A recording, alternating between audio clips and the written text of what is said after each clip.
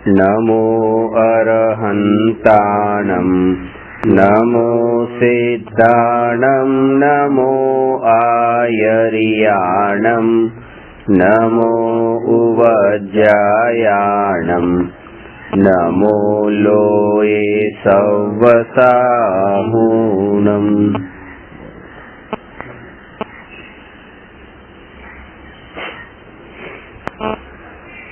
प्रश्न नंबर 180 अकर्तावाद विषे विवेचन करो।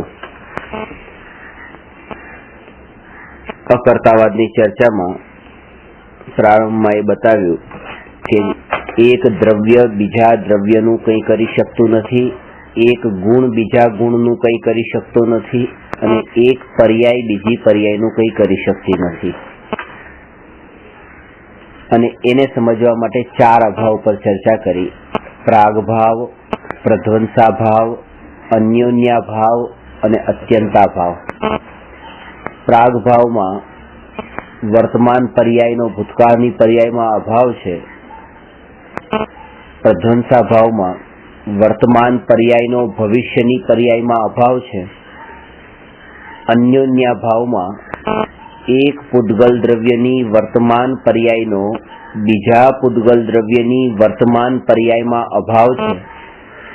अने अत्यंताभावमां एक द्रव्यनो बीजा द्रव्यमां अभाव छे। ए जे चार अभावना कार्यनी चर्चा करी। अने पांचमो अतद्भाव छे। ए मुख्य द्रव्य द्रव्य वच्चे ए रीते बीजामां घटित थवा वाळा मुख्य चार ज छे। आ तो अंदर अंदर ए स्वतंत्रतानी चरम सीमा बताववा माटे के आवी प्रकारे पण एक अपेक्षा छे। अने एवी रीते सर्व जेम एक द्रव्य बीजा द्रव्यनुं सर्वथा अकर्ता छे, एवी रीते एक गुण बीजा गुणथी सर्वथा जुदो ज छे, कोई संबंध ज नथी एम न कहेवाय। जेवी रीते भारत अने पाकिस्तान तो सर्वथा जुदा ज छे, पण गुजरात अने राजस्थान एवी रीते सर्वथा जुदा नथी जेवा भारत पाकिस्तान जुदा छे। कारण के बंने पाछा एक ज देशना एवी रीते बे अंशो छे, एटले गुणो जे छे द्रव्यना ज अंशो होवाथी ए सर्वथा एकबीजाथी जुदा नथी। ए अपेक्षाए ज खाली जुदा छे के जे गुजरात छे राजस्थान नथी ज अने राजस्थान छे गुजरात नथी ज, ए अपेक्षाए तो जुदा छे। राजस्थान है ए पण भारत है ने गुजरात है पण ए पण भारत है, ए अपेक्षा ए बे समान है। एटले एमां अपेक्षा सहित है, कथनचित भिन्न है। छेल्ले ए पण चर्चा करी के एक पर्याय बीजी पर्यायनुं करता नथी ए तो ठीक, पण उत्पाद अने व्यय रूप जे बे पर्याय एक समयमां ज आ बे कार्य थाय छे, उत्पाद अने व्ययनुं, ए पण एकबीजाना करता नथी। एटले के नवी पर्यायनी उत्पत्तिना कारणे पूर्व पर्यायनो व्यय थतो नथी अने पूर्व पर्यायना व्ययना कारणे नवी पर्याय उत्पन्न थती नथी। एटले उत्पाद अने व्यय पण स्वतंत्र छे। जो उत्पाद व्यय पण स्वतंत्र होय तो जे द्रव्य जे टकी रहेनारू छे, जे अपरिणामी छे, अपरिणमनशील छे, ए केवी रीते एनु करता होय, एटले एने पण स्वतंत्र बताव्युं छे। त्रण वात स्वतंत्र थई, उत्पाद पण स्वतंत्र छे, व्यय पण स्वतंत्र छे अने द्रव्य पण स्वतंत्र छे। ए उत्पाद व्यय अने द्रव्यनी चर्चा ए हवे अहींया शरू थाय छे। प्रश्न नंबर 181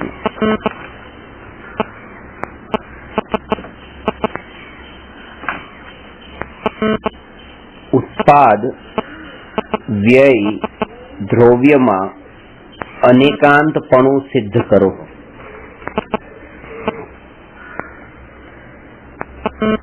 उत्पाद अने व्यय ए पर्याय छे अने द्रव्य ए गुण छे। तत्वार्थ सूत्रमां आ सूत्र छे उत्पाद व्यय द्रव्य युक्तम सत्। एटले के उत्पाद व्यय अने द्रव्य आ त्रणेयथी जे युक्त सहित छे एनुं नाम सत् छे। एमां जे सूत्र छे सत् द्रव्य लक्षणम, सत् ए द्रव्यनुं लक्षण छे। आनो अर्थ खबर पड़ी। એટલે उत्पाद अने व्यय उत्पाद व्यय द्रव्य युक्तम सत उत्पाद व्यय केता पर्याय द्रव्य केता गुण અને સત કેતા દ્રવ્ય.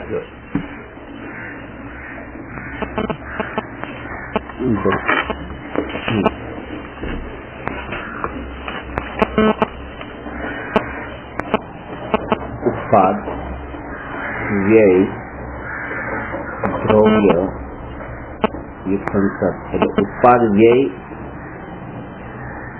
उत्पाद प्लस व्यय प्लस द्रव्य बराबर सत એ રીતે સૂત્ર છે. ઉત્પાદ વ્યય દ્રવ્ય યુક્તમ સત અને ઉત્પાદ અને વ્યય કહેતા પર્યાય અને દ્રવ્ય કહેતા ગુણ અને સત કહેતા દ્રવ્ય. એટલે ઉત્પાદ પ્લસ વ્યય પ્લસ દ્રવ્ય બરાબર સત એટલે પર્યાય પ્લસ ગુણ બરાબર દ્રવ્ય. એટલે ગુણ પર્યાયવત દ્રવ્યમ જે પરિભાષા છે એ રીતે પણ અથવા તો ઉત્પાદ દ્રવ્યમ યુક્તમ સત એ પરિભાષા બંને એક સમાન થાય છે. હવે જે પલટાવ જે થાય છે એ ઉત્પાદ અને વ્યયમાં જ છે અહીંયા, અને એમાં એક સમયમાં બે પર્યાય કીધી છે. દરેક સમયે બે બે પર્યાય હોય છે. આમ આપણે એમ સમજીએ કે એક સમયની એક પર્યાય છે, પણ બે પર્યાય એ અપેક્ષા એક તો ઉત્પાદ વાળી એક વ્યય વાળી એ રીતે બે પર્યાય એક સમયમાં. આ ઉત્પાદ વ્યય દ્રવ્યનું સ્વરૂપ આખું સ્પષ્ટ કરીને સમજીએ તો જે પર્યાય આ સમયે ઉત્પન્ન થઈ તો એ ઉત્પન્ન થયેલી જે પર્યાય છે એ સમયે પૂર્વ પર્યાય તો વ્યય થઈ. દાખલા તરીકે કે અત્યારે મીઠાશરૂપ ગોળની પર્યાયનો વ્યય થયો અને ખટાશની પર્યાય અહીંયા ઉત્પન્ન થઈ, તો અહીંયા બે કાર્ય થયા છે, એક તો વ્યયરૂપ કાર્ય અને એક ઉત્પદરૂપ કાર્ય. તો આ જે પર્યાય જે છે હવે આ જે મીઠાશરૂપ પર્યાય એ હવે એક સમય સુધી ટકીને રહે છે. એક સમય સુધી એ છે, એક સમય સુધી એમાં ઉત્પાદ નથી અને વ્યય નથી, કઈ નથી, એ સત્તા સ્વરૂપ છે. અને એવો એક સમય પૂરો થયો પછી એ પર્યાય વ્યય પામશે, એ વ્યય પામશે એટલે પાછી બીજી પર્યાય નવી ઉત્પન્ન થશે, જે ઉત્પન્ન થશે પછી એ એક સમય રહેશે. એવી રીતે એનું સાયકલ ચાલતું રહેશે. એટલે પર્યાય જે છે એ એક સમયથી વધારે રહેતી નથી અને એક સમય તો નિયમથી રહે છે, ઓછી પણ નથી એમ. એટલે જયારે આપણે આમાં પરસ્પર વિરોધી એમ લઈએ ને કે પૂર્વ પર્યાયનો વ્યય અને નવી પર્યાયનો ઉત્પાદ, તો એક સમયમાં વિરોધ જે લાગતો તો એ ટળી જાય છે. પણ એકલું એમ લઈએ કે એક સમયમાં બે પર્યાય થાય છે ઉત્પાદ અને વ્યયની, તો કે જે પર્યાય ઉત્પન્ન થાય તો પછી એ જ વ્યય પામી જાય, તો પછી એનું એક સમયનું જે સત્તાપણું છે, અસ્તિત્વ છે, એ કેવી રીતે રહે? એટલે અહીંયા એને પૂર્વ પર્યાયનો વ્યય ને નવી પર્યાયનો ઉત્પાદ, નવી પર્યાયનો જે ઉત્પાદ થયો છે એનું એક સમય માટે સત અને એક સમયના સત પછી એ પર્યાયનો પણ વ્યય, એ સમયે નવી પર્યાયનો ઉત્પાદ, જેનો ઉત્પાદ પાછું એક સમયનું સત.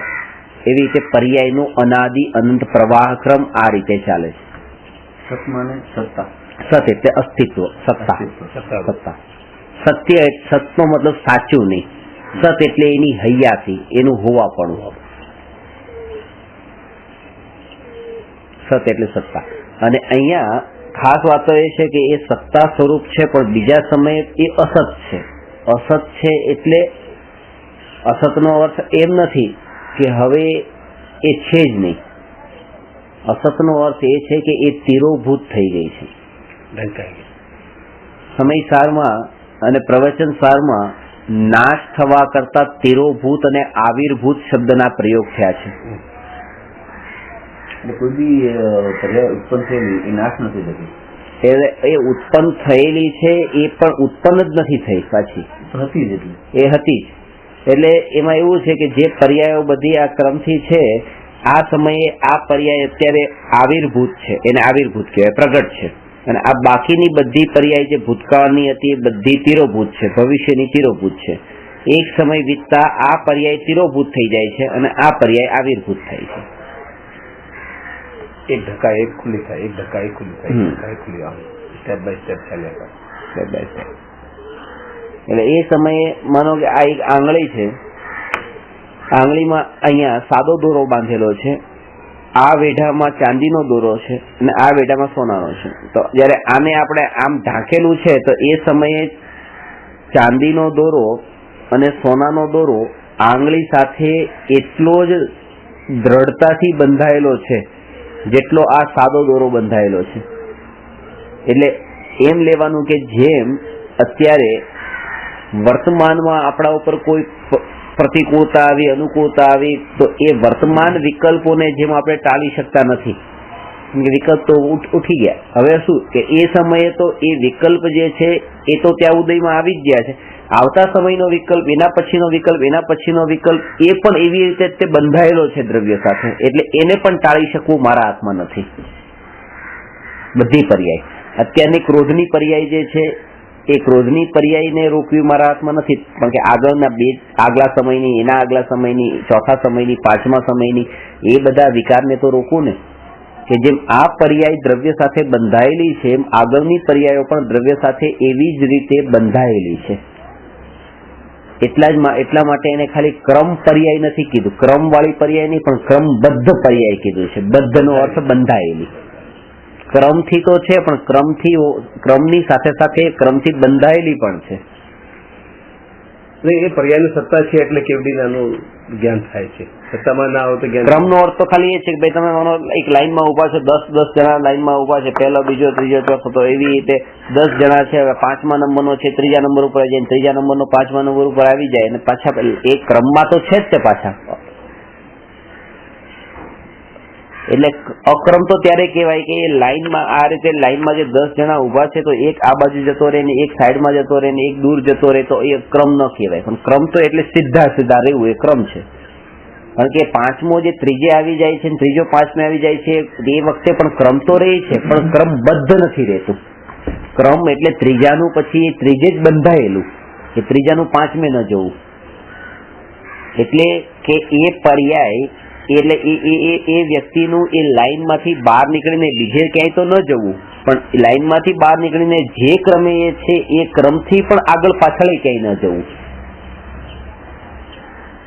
અને બંને સંભવ નથી. એટલે પર્યાય જે છે એ પર્યાય ક્રમથી છે એટલા માટે કીધું કે પર્યાય જે ક્રમમાં આગળ પાછળ ક્રમમાં લાઈનમાં આવેલી છે, એટલા માટે આવેલી પર્યાયને તમે રોકી શકતા નથી. અને બીજું કે બદ્ધ છે એટલે આવેલી જે પર્યાય છે એને આગળ પાછળ કરી શકતા નથી. એટલે પેલા તો જીવની એ ઈચ્છા હોય કે ચલો મારા ઉપર કોઈ એવું સંકટ ન આવે કે આ નામનો વ્યક્તિ મને ન મળે, તો એની એ ઈચ્છા છે કે એ મળે જ નહીં, એ મારા ક્રમમાં આવે નહીં. અને બીજી ઈચ્છા એ છે કે અત્યારે હું કોઈ સારા કામ માટે નીકળી રહ્યો છું, એ ટાઈમે તો ન જ આવે, પછી આવવું તો ભલે આવે. એટલે પહેલી ઈચ્છા તો એ છે કે એ આવે જ નહીં, અને આવે તો એને હવે ક્રમનો આગ્રહ નથી, પણ હજી એને બીજું એ છે કે હવે એ આગળ પાછળ થઈ જાય, કોઈ બીજા ટાઈમે મને મળે. પણ એક એ છે કે એ મળવાનો છે એ વાત એ છે ને, એ આ જ ટાઈમે મળવાનો છે એ પણ નક્કી છે. એટલે એમાં ફેરફાર ન થઈ શકે.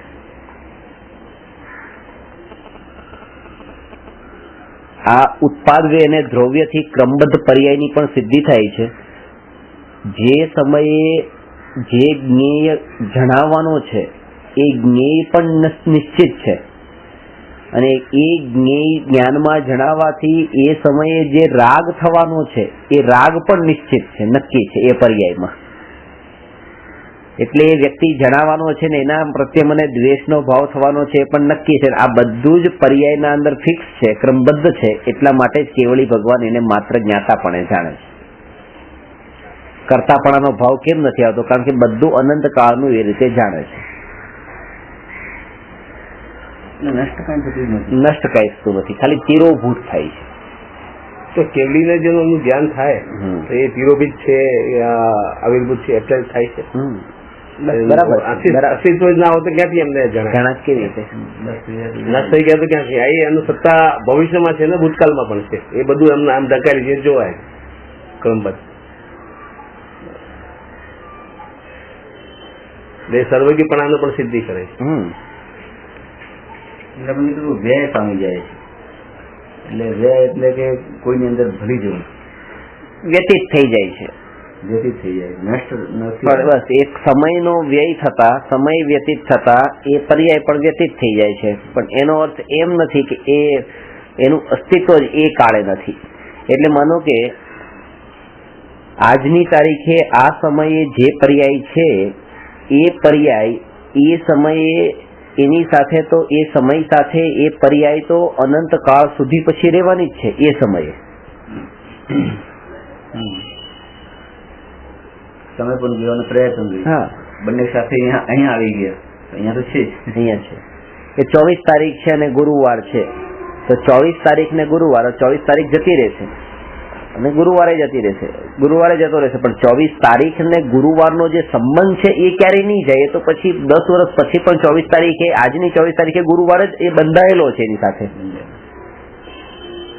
એ કાળ જતો રહેતા એ ગુરુવાર પણ ગયો છે અને 24 તારીખ પણ ગઈ છે. આ 100 વર્ષ પછી જોઈએ કે આ કેલેન્ડરમાં એ દિવસે શું હતું કે આ હતું, એવી રીતે આ બસ એ સત્તામાં છે, બસ એવી રીતે આ પણ સત્તામાં છે. અને ખાસ વિશેષતા તો એ છે કે અનંત કાળ સુધીની પર્યાય ભવિષ્યની એ પણ એવી સત્તામાં છે, કારણ કે વધારે વિકલ્પ આપણને ભૂતકાળના માટે નથી આવતા, ભવિષ્યના આવે. વીતી ગયું, એમાં તો હવે આપણને એટલો તો ભાવ છે કે હવે એમાં હું શું ફેરફાર કરી શકું. ભૂતકાળમાં થઈ જ ગયું, તમે ફેરફાર કરવાનો મતલબ પણ નથી ને.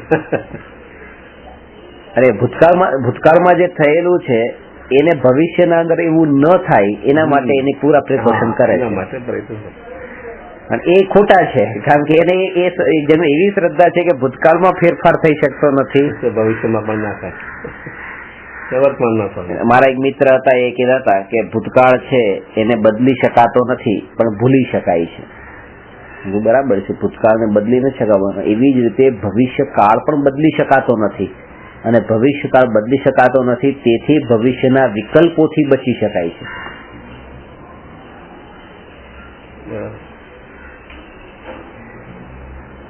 આપનો કોઈ કરવા પણ જ નથી, તો પછી એને યાદ કરીને જે થવું થશે. જીવ છેલ્લે શું કે ભવિષ્ય તમે જે કામ કરવાના વિકલ્પ કરો છો એ વિકલ્પ તો તમારા ઉદય અનુસાર થઈ જ જવા, કાર્યની પૂર્તિ થઈ જશે. તમારે વિકલ્પ કરવાની જરૂર નથી. કે થઈ જશે ને તો ઠીક છે, તો વિકલ્પ નથી કરવા. તો ત્યાં પણ હજી એક આગ્રહ રહ્યો કે કામ મારું થઈ જશે, એટલે વિકલ્પ નથી કરવા. ઉદય અનુસાર થઈ તો જવાનું જ છે ને. ત્યાં એને એ રસ જ ન રહી, થઈ જશે કે નહીં થાય એનો એને રસ નથી. એટલે જે એમ કે ને કે આ મારું એક કામ છે, હવે એ કામ અટકેલું છે, શું કઈ વાંધો નહીં, પણ મને મારા પુણ્ય પર ભરોસો છે. સમ્યક દ્રષ્ટિને એક તત્વ ઉપર ભરોસો નથી હોતો, પુણ્ય ઉપર ભરોસો છે, પાપ ઉપર ભરોસો નથી. પણ એને તો અંદરમાં એક અપેક્ષા પૂરેપૂરી એ છે કે આ કામ થાય, બસ એટલે જ એ પુણ્ય ને કે.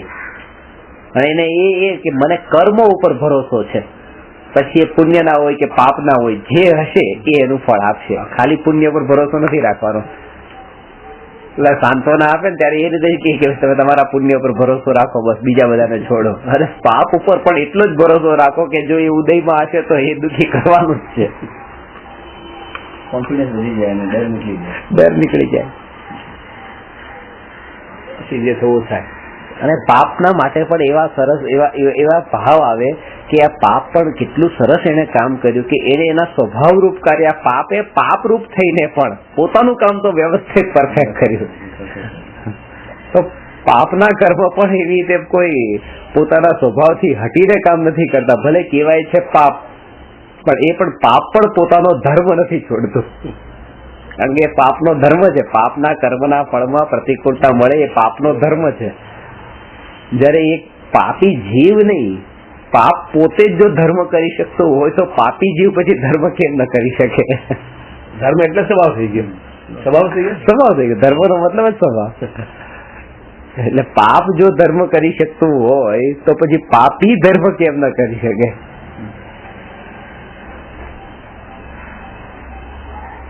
આપણે માનતા અલગ છે ને, કોઈને વધારે તકલીફ આવે એને પાપી સમજી લે છે, સાનુકૂળતા હોય છે એને પુણ્યશાળી સમજી લે છે.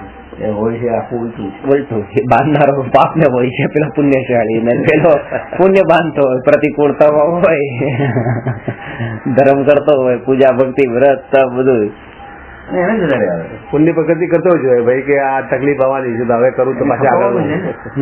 એટલે એને વધારે વધારે વધારે વધારે આપતું જાય છે. પેલા છપાવવાનું નથી ને એટલે નથી આવતું, પડ્યું રહે છે, બાંધતો હોય છે. ઉદયમાં એના સત્તામાં પડેલા ઉદયમાં આવીને ખાલી થતા હોય. ખાલી થતા હોય છે. એટલે ધર્મ કરવાવાળા તો સજાગ રહેવું જોઈએ કે તકલીફો આવવાની છે, એફડી ખાલી થઈ ગઈ, બીમારી આવવાની, આ થવાનું બધું થવાનું. અને એને જ થાય છે પાછું. આપણે આમ જોઈએ કે બીમારી ને રોગ ને બાકી બધા તો ટ્રીટમેન્ટ કરાવી લે છે, કારણ કે પુણ્ય જેનું ખાલી થવાનું હોય તો આવું બધું આવું જ થાય. કારણ કે આત્મા માંથી જેટલા પાપના કર્મ નીકળ્યા એટલો આત્મા નિર્મળ થયો, તો એ નીકળવાના જયારે એ ઉદયમાં આવે ને કોઈ બીમારી આવે તો એ કર્મ નીકળવાના છે, બીમારી તો આવવાની છે. એટલે આપણે એને એ દ્રષ્ટિએ જોઈએ કે કેટલો આત્મા સમયે સમયે શુદ્ધ થઈ રહ્યો છે. દ્રષ્ટિ આખી અલગ છે. પણ હું તો બંધાય છે પાછળ જે કરે છે ના, એ રિએક્શન ન કરતો હોવો જોઈએ. હા, રિએક્શન ના કરતો હોય. બાકી તો નરક માં અંદર તો પાપ ના ફળ પડે ભૂગે બાંધે છે, ભાવો કરી. જેને ક્ષમતા હોય એ જ ઈચ્છતો હોય ને કે ભલે આવી જાય. બાકી તો માન્યતા એ જ હોય છે કે નહીં આવે. એ જ ગઈકાલે જે તમે શાસ્ત્ર ની ઉપમા આપી ને કે શાસ્ત્ર ને પ્રતિકૂળતા સમાન છે. હવે શાસ્ત્ર કે ગુરુ સામેથી આપણા ઘરે આવતા હોય અને ગુરુ આપણને સમજાવવા અને બોધ આપવા આવતા હોય તો ગુરુને આપણે એમ કહીએ કે જાઓ ભાગો અહીંથી નીકળો, તો એમ જેમ એને દૂર કરવા માટે થઈને પ્રયત્ન કરીએ એમ પ્રતિકૂળતાને દૂર કરવાના પ્રયત્ન પણ આના જેવા જ છે. જેમ ગુરુને બગાડવાના પ્રયત્ન એ પ્રતિકૂળતાને બગાડવાના પ્રયત્ન. યારે તો એ રીતે કે આવો બેસો, તમે અમને શું શીખવાડો છો, નવો બોધ આપી જાઓ.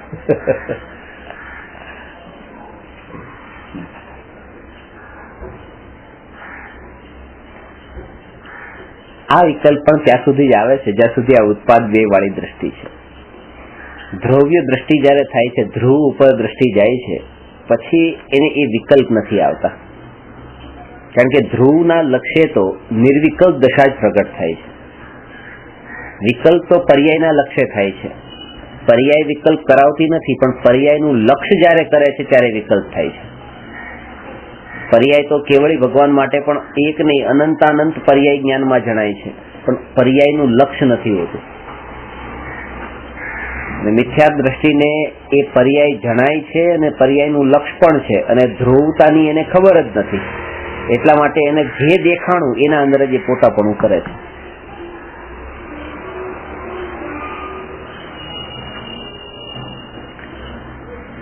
આમાં અનેકાંતપણું છે ઉત્પાદ વ્યય અને દ્રવ્યમાં. પ્રત્યેક દ્રવ્ય, પ્રત્યેક વસ્તુ અનેકાંત સ્વરૂપી છે.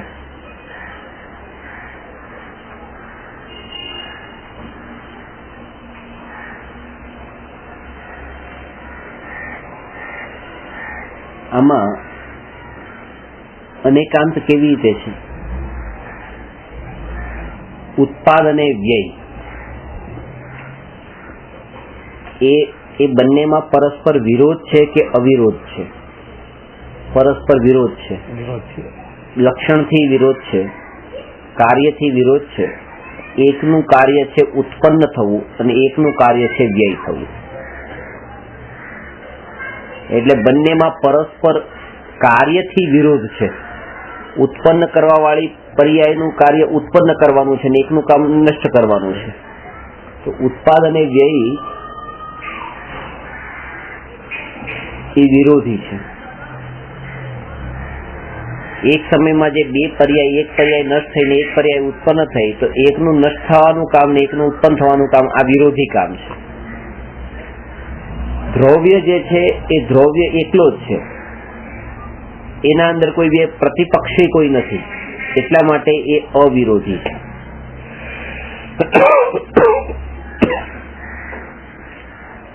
દ્રવ્ય કેવું છે? વિરોધી અને અવિરોધી એવા બંને સ્વભાવ જેમાં રહેલા છે. આ વિરોધી ઉત્પાદ વ્યય એ વિરોધી, દ્રવ્ય એ અવિરોધી, વિરોધી અને અવિરોધી એ પણ એક વિરોધ છે. એક વિરોધી છે અને અવિરોધી છે, એવો એક વિરોધ છે. બંનેમાં વિરોધ થઈ ગયો. અને એવો વિરોધ પણ એક જ દ્રવ્યમાં હોય એ દ્રવ્યનું નામ અનેકાંત સ્વરૂપી દ્રવ્ય છે. આટલી એ સૂક્ષ્મ બે વાત. સ્વરૂપ થઈ ગયા, વિરોધ ને અવિરોધ. અવિરોધ. એટલે આ દ્રવ્યના બે સ્વરૂપ થયા. દ્રવ્યમાં વિરોધ પણ હોય છે અને દ્રવ્યમાં અવિરોધીપણું પણ હોય છે. વિરોધીપણું કેમ હોય છે? કારણ કે ઉત્પાદ વ્યય વાળું વિરોધીપણું હોય છે અને દ્રવ્ય વાળું અવિરોધીપણું હોય છે. આવું વિરોધીપણું અને અવિરોધીપણું એવું વિરોધીપણું. એટલે આવું વિરોધીપણું ઉત્પાદ વ્યય વાળું, આવું અવિરોધીપણું, એવું વિરોધી અને અવિરોધી એવું વિરોધીપણું. એકબીજાના વિરોધી છે. બસ એ વિરોધી એ એક સાથે એક દ્રવ્યમાં રે એ દ્રવ્યનું નામ અનેકાંત સ્વરૂપી દ્રવ્ય છે. જેમ અનેકાંત ની પરિભાષામાં એ કીધું છે કે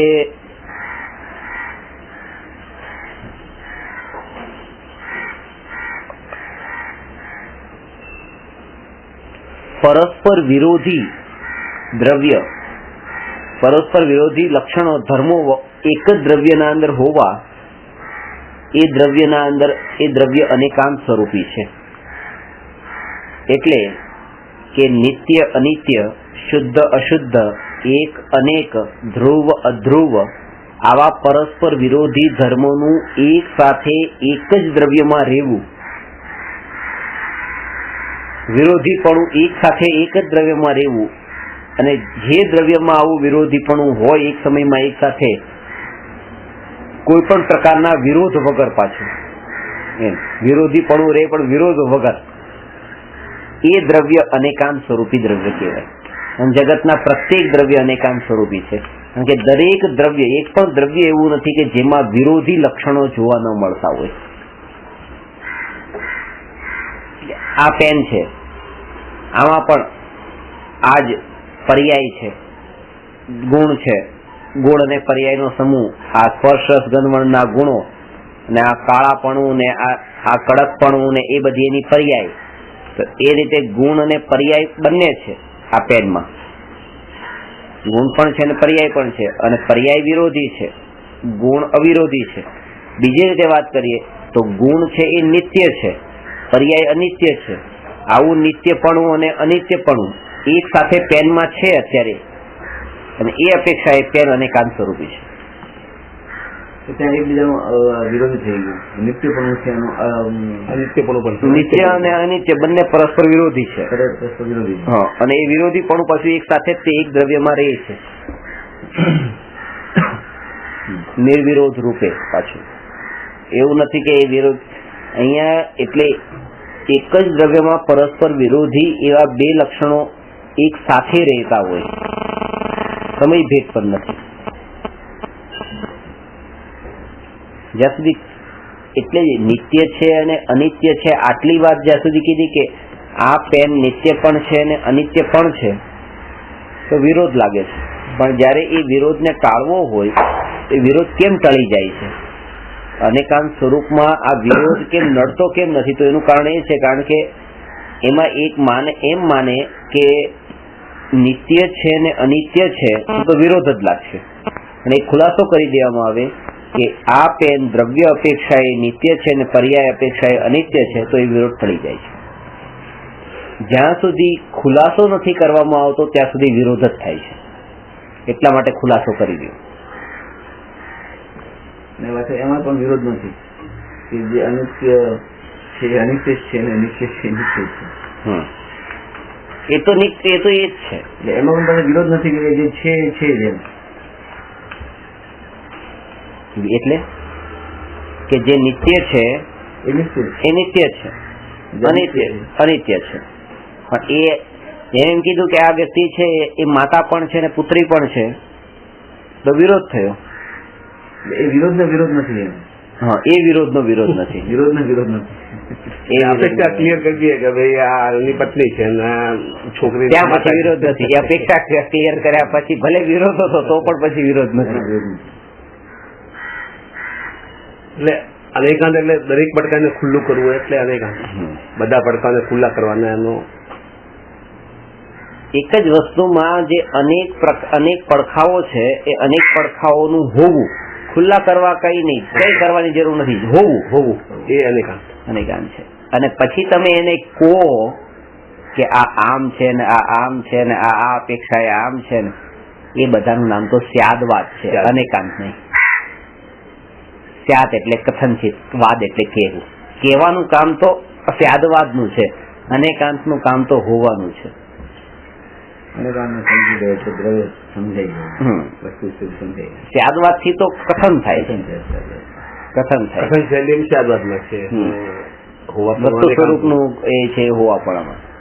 અનુભવ અનેકાંતમાં છે, સ્યાદમાં ખાલી કથન છે. અનુભવમાં પછી અનેકાંત પણ નથી, ત્યાં એકાંત જ છે. આમ નિશ્ચિત એકાંત છે ના એટલે અનેકાંત સમજે તો એકાંત. હા, અનેકાંત ને સમજીને એકાંત એટલે દ્રવ્ય. એકાંત એટલા માટે કહું છું, નિત્યની વાત છે.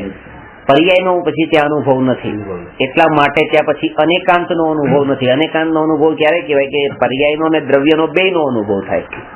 નિત્ય અનિત્ય બંનેનો થાય, પણ ત્યાં નિત્યનો જ છે, અનિત્યનો નથી. એટલે દ્રષ્ટિ નથી, દ્રવ્ય ઉપર દ્રષ્ટિ છે. એટલા માટે એકાંતના લક્ષ્ય અનેકાંત છે. એટલે કૃપાળદેવ એ કીધું છે ને, સમ્યક અનેકાંત જે આ સમજવાનું છે એ પણ સમ્યક એકાંત સ્વરૂપી આત્માના લક્ષ્ય જ સમજવાનું છે.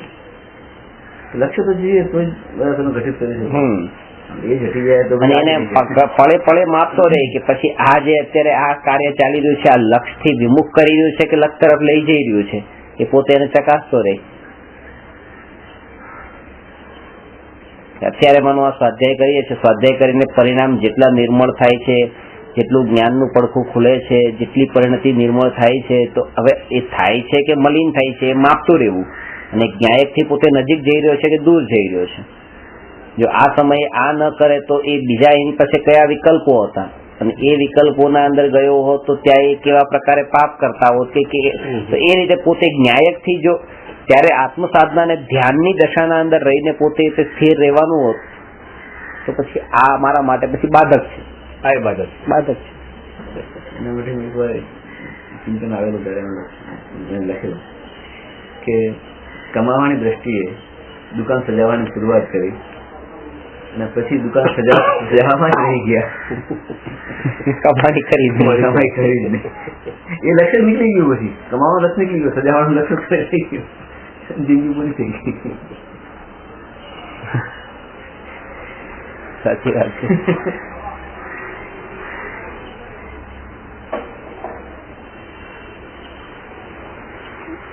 ખરેખર ધ્યાન દિવસો શણગાર જ કરીએ છીએ. ધ્યાન વધારી દીધો, પણ પછી છેલ્લો એક પોઈન્ટ જે આવે ધ્યાનનો, એ તો લીધું જ નહીં. એમાં ધ્યાન મૂકી જ નહીં. પછી નીકળી જ જાય છે આમાં, પછી એમાં જ ડૂબી જઈએ છે. લક્ષ્ય ડૂબી જાય છે. આ લક્ષ્ય આપણે શરૂઆત કરવી એ ભૂલાઈ જાય.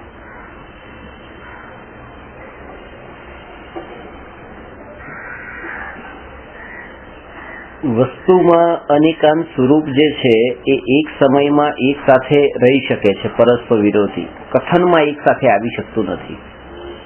એટલે કે એક વ્યક્તિ એ માતા પણ છે અને પુત્રી પણ છે, અને એમ કીધું કે આ માતા છે અને આ પુત્રી છે.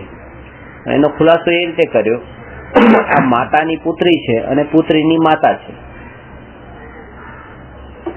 તો એ વિરોધ થતો તો એ વિરોધ ટળી ગયો. પેલા ખાલી કોઈ કહેતું હતું કે આ માતા ને પુત્રી બે છે, તો એમ લખ્યું કે માતા ને પુત્રી બે કેવી રીતે હોય એક જ વ્યક્તિ. પણ એ કીધું કે માતાની પુત્રી છે ને પુત્રીની માતા છે, તો પછી એ વિરોધ નથી. જ્યારે એમ બોલીએ છીએ કે માતાની પુત્રી છે, ત્યારે એ વાત નથી બોલવામાં આવતી કે પુત્રીની માતા છે. અને જયારે એ વાત બોલીએ છીએ કે પુત્રીની માતા છે, ત્યારે એ વાત બોલવામાં નથી આવતી માતાની પુત્રી છે. એટલે જે કથન જે કરવાનું આવે છે એ એક સમયમાં એકનું જ થાય છે, બેનું નહીં.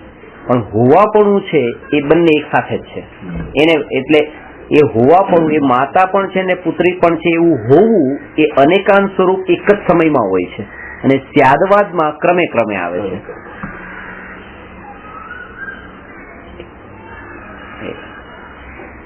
પછી આવા ક્રમે ક્રમે આવે એવું શું કામનું? કે કામનું એટલા માટે, કારણ કે ક્રમે ક્રમે પણ એનું જ આવે છે જે અનેકાંતમાં છે, પાછું બહારનું કે એનું નથી આવતું. એટલા માટે સ્યાદવાદ પણ અનેકાંતને સમજવા માટે તો એ જ ઉપયોગી છે. સીધું તો અનેકાંત નહીં સમજાય.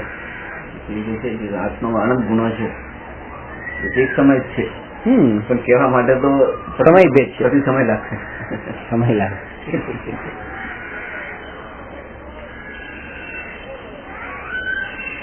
એટલે વસ્તુના હોવાપણાને ને વસ્તુનું કહેવું,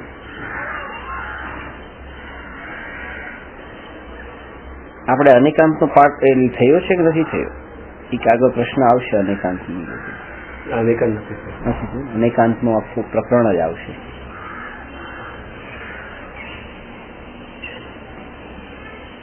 કાગડો કેવો છે? કાળો છે, લાલ છે, પીળો છે, કાબરચિત્રો છે. કાગડો અનેક પ્રકારના છે. હવે આ અનેક પ્રકારનો કાગડો, અનેક રંગનો કાગડો, એવું તો સાંભળ્યું જ નથી. એ જ સાંભળ્યું છે કાગડો કાળો છે. આ બધા વાક્ય અનેકાંત સ્વરૂપમાં સાચા માન્યા છે. અનેકાંત માળે ગમે તેને ગમે એમ કહી દેવું એનું નામ અનેકાંત થોડું છે? જે મન ફાવે એમ કહી દેવું કે નહીં, મન ફાવે એમ નથી. અનેકાંત સ્વરૂપ સાચું છે, કારણ કે વસ્તુ સ્વરૂપમાં જ છે. કાગડો લાલ છે, કાગડો પીળો છે, કાગડો કાબરચિત્રો છે, કાગડો કાળો છે, બધી વાત સાચી છે. અપેક્ષા આવે, આ તો અનેકાંત સ્વરૂપ થયું. કારણ કે કાગડો જેને આપણે કહીએ છીએ, કાગડો ખાલી ઉપરની ચામડીનું નામ કાગડો નથી. એના લોહી, માંસ, પસ, પિત્ત, પીછા, અંદરમાં જે પણ બધું અંદર છે એ બધાના સમૂહનું નામ કાગડો છે. લોહીની અપેક્ષા એ લાલ છે. કાગડાને લાલ કહેવામાં વાંધો નથી, કેમ કે લોહીથી તો લાલ જ છે, ચામડીથી કાળો છે. એના પિત્તની અપેક્ષા એ પીળો છે, એના પીછાની અપેક્ષા એ કાબરચિત્રો છે. તો એ બધી રીતે આપણે જયારે એને જોઈએ છે, બધા વ્યૂ પોઈન્ટ, કારણ કે બધાના સમૂહનું નામ કાગડો છે, ત્યારે આ બધા વાક્ય સાચા લાગે છે. અપેક્ષા સમજ્યા વગર ખાલી આ બધા વાક્ય એક સાથે બોલવામાં આવે તો એમ લાગે કે અમને ઠેકાણે નથી અત્યારે. આ બધું શું બોલે છે? કાગડો આવો છે, કાગડો આવો છે, કાગડો આવો છે. અનેકાંતને સમજવા માટે સ્યાદવાદનું સ્વરૂપ સમજવું જરૂરી છે. આમાં અનેકાંતપણું એ રીતે આ ઉત્પાદ વ્યય દ્રવ્યમાં એક પર્યાયનો વ્યય થાય ત્યાં નવી પર્યાય ઉત્પન્ન થાય, એ વિરોધીપણું છે, ગુણ છે, અવિરોધી છે. આવું વિરોધી અને અવિરોધી એવું વિરોધીપણું એક સાથે એક જ દ્રવ્યમાં રહે છે, હોય છે. એટલા માટે એ દ્રવ્યનું અનેકાંત સ્વરૂપ છે. આટલી વાત આમાં સમજવાની છે.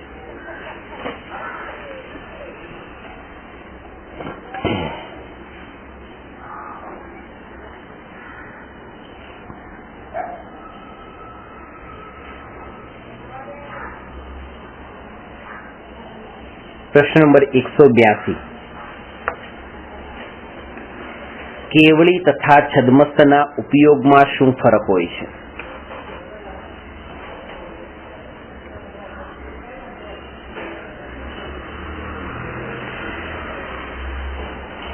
કેવળી તથા છદ્મસ્તનો ઉપયોગ.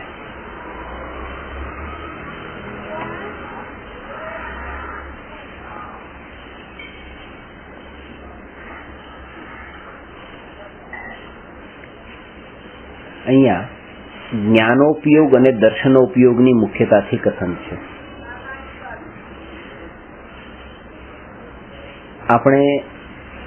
આપણો જે ઉપયોગ છે એ ઉપયોગ બે પ્રકારનો છે, જ્ઞાનોપયોગ અને દર્શનોપયોગ. જેમ કહીએ ને કે આત્માનો સ્વભાવ કેવો છે કે જાણવું અને દેખવું આત્માનો સ્વભાવ છે. તો જાણવું એ તો જ્ઞાનોપયોગ છે અને દેખવું એ દર્શનોપયોગ છે. મહાસત્તા અને અવાંતર સત્તા એ જે બે શબ્દ છે, અને એક છે સાદ્રશ્ય અસ્તિત્વ અને એક સ્વરૂપ અસ્તિત્વ. પ્રવચન સારમાં આ સાદ્રશ્ય અસ્તિત્વ અને સ્વરૂપ અસ્તિત્વની પણ ચર્ચા કરી છે. મહાસત્તા અને અવાંતર સત્તાનું પણ વર્ણન આવે છે. કે જ્યારે પણ કોઈ પદાર્થ આપણા જ્ઞાનમાં જણાય છે, એ જે સમયે આપણા જ્ઞાનમાં જણાય છે એના આગલા સમયે એ પદાર્થનું દર્શન થાય છે.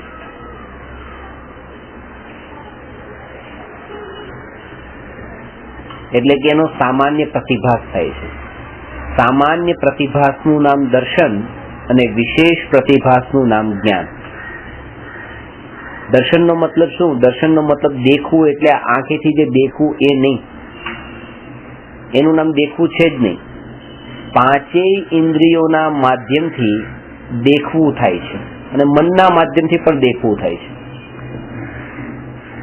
દેખવાનો અર્થ સામાન્ય પ્રતિભાસ જો લઈએ છીએ તો એ સમજાય છે કે આ બરાબર છે, પાંચે ઇન્દ્રિયોથી દેખવું થાય.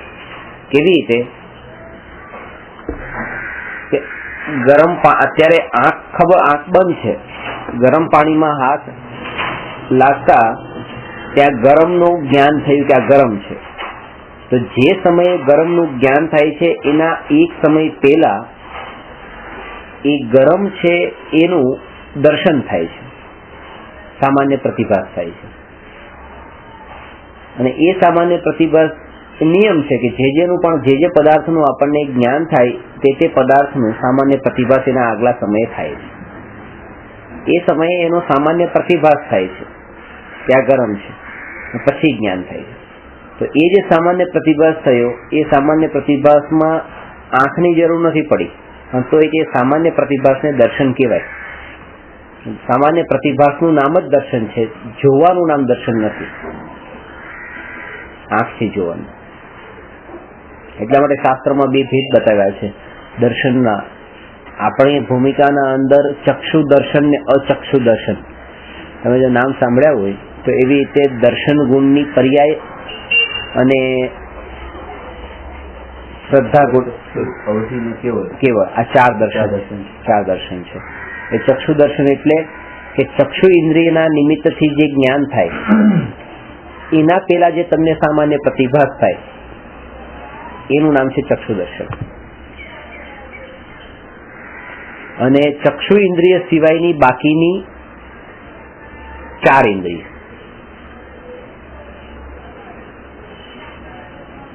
જેમ પાંચ દ્રવ્ય પૂતગલ, ધર્મ, અધર્મ, આકાશ ને કાળ, એ પાંચ દ્રવ્યને એક શબ્દમાં આપણે કહેવું હોય તો અજીવ કહીએ છીએ.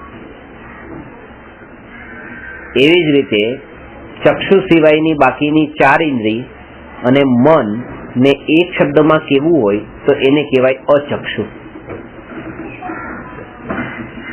એટલે સ્પર્શનેન્દ્રિય, રસનેન્દ્રિય, ઘ્રાણેન્દ્રિય, કર્ણેન્દ્રિય અને મન, આ પાંચેય, ચાર ઇન્દ્રિય અને એક મન, એ પાંચેયને એક શબ્દમાં અચક્ષુ કહેવાય છે. અને એ ચાર ઇન્દ્રિય અને મનના નિમિત્તે જે જ્ઞાન થાય એના આગલા સમયે જે સામાન્ય પ્રતિભાસ થાય એનું નામ અચક્ષુ દર્શન છે.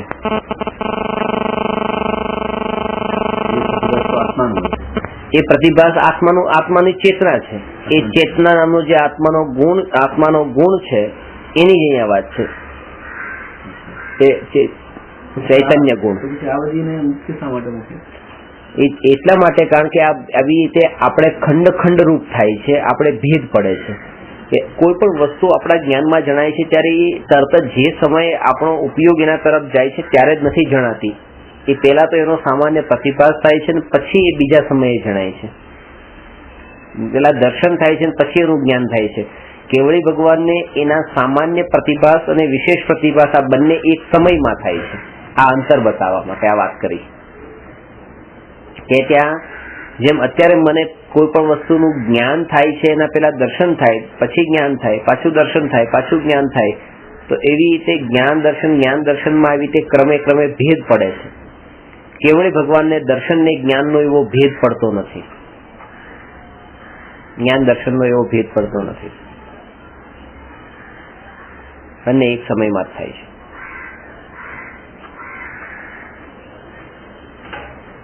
દર્શન આત્માનો સ્વભાવ છે, જ્ઞાન આત્માનો સ્વભાવ છે, પણ દર્શન અને જ્ઞાનનું એક સમયમાં ન થવું એ આત્માનો વિભાવ છે.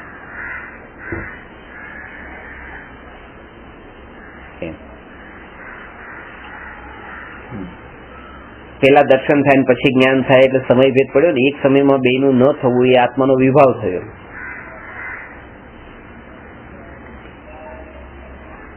એમના તો અનંત ગુણો એક સમય જ કામ કરતા હોય. હા, આ વાત સમજ્યા. જો ત્યાં પણ આપણે એમ કહીએ કે કેવળી ભગવાનને પેલા દેખવું થાય ને પછી જાણવું થાય, તો જયારે દેખવું થાય ત્યારે પછી કેવળ જ્ઞાન ક્યાં ગયું? એટલે તો કે જે જ્ઞાનની જે પૂર્ણતાનો અર્થ જ શું રહ્યો? કે પૂર્ણ જ્ઞાનનો અર્થ એ કે જે નિરંતર પૂર્ણ રૂપે વ્યક્ત છે. અને એમ કહીએ કે દર્શન જ્ઞાનના કાળે દર્શન નથી, તો પછી દર્શન ગુણની પૂર્ણ વ્યક્તતા ક્યાં થાય? દર્શન પણ નબળું થયું એ ટાઈમે.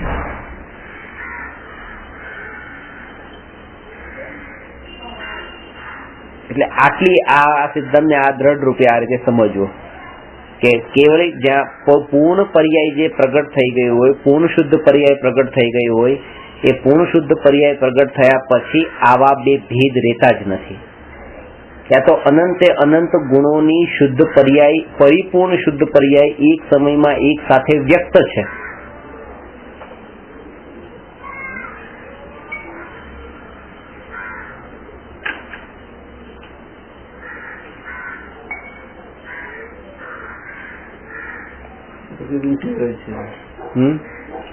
એકદમ ક્લિયર થઈ જાય છે.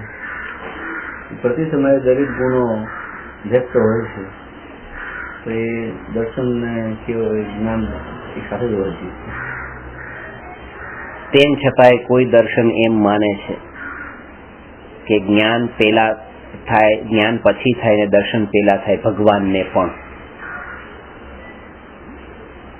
મને તમારા ખ્યાલથી કેવળ જ્ઞાન થવાના પહેલાના સમયની વાત છે. કેવળ જ્ઞાન પછી પછી એટલા માટે જ આ પ્રશ્ન બનાવ્યો છે કે ભાઈ ભગવાનને આ નથી. એ તો કેવળ જ્ઞાન પેલા તો બધાને જ એવું હોય. આ તો એટલા માટે કીધું કે છદ્મસ્ત અને કેવળી, આ જો બે શબ્દો વાપર્યા છે. કેવળ જ્ઞાન પેલા તો એ કેવળી છે જ નહીં.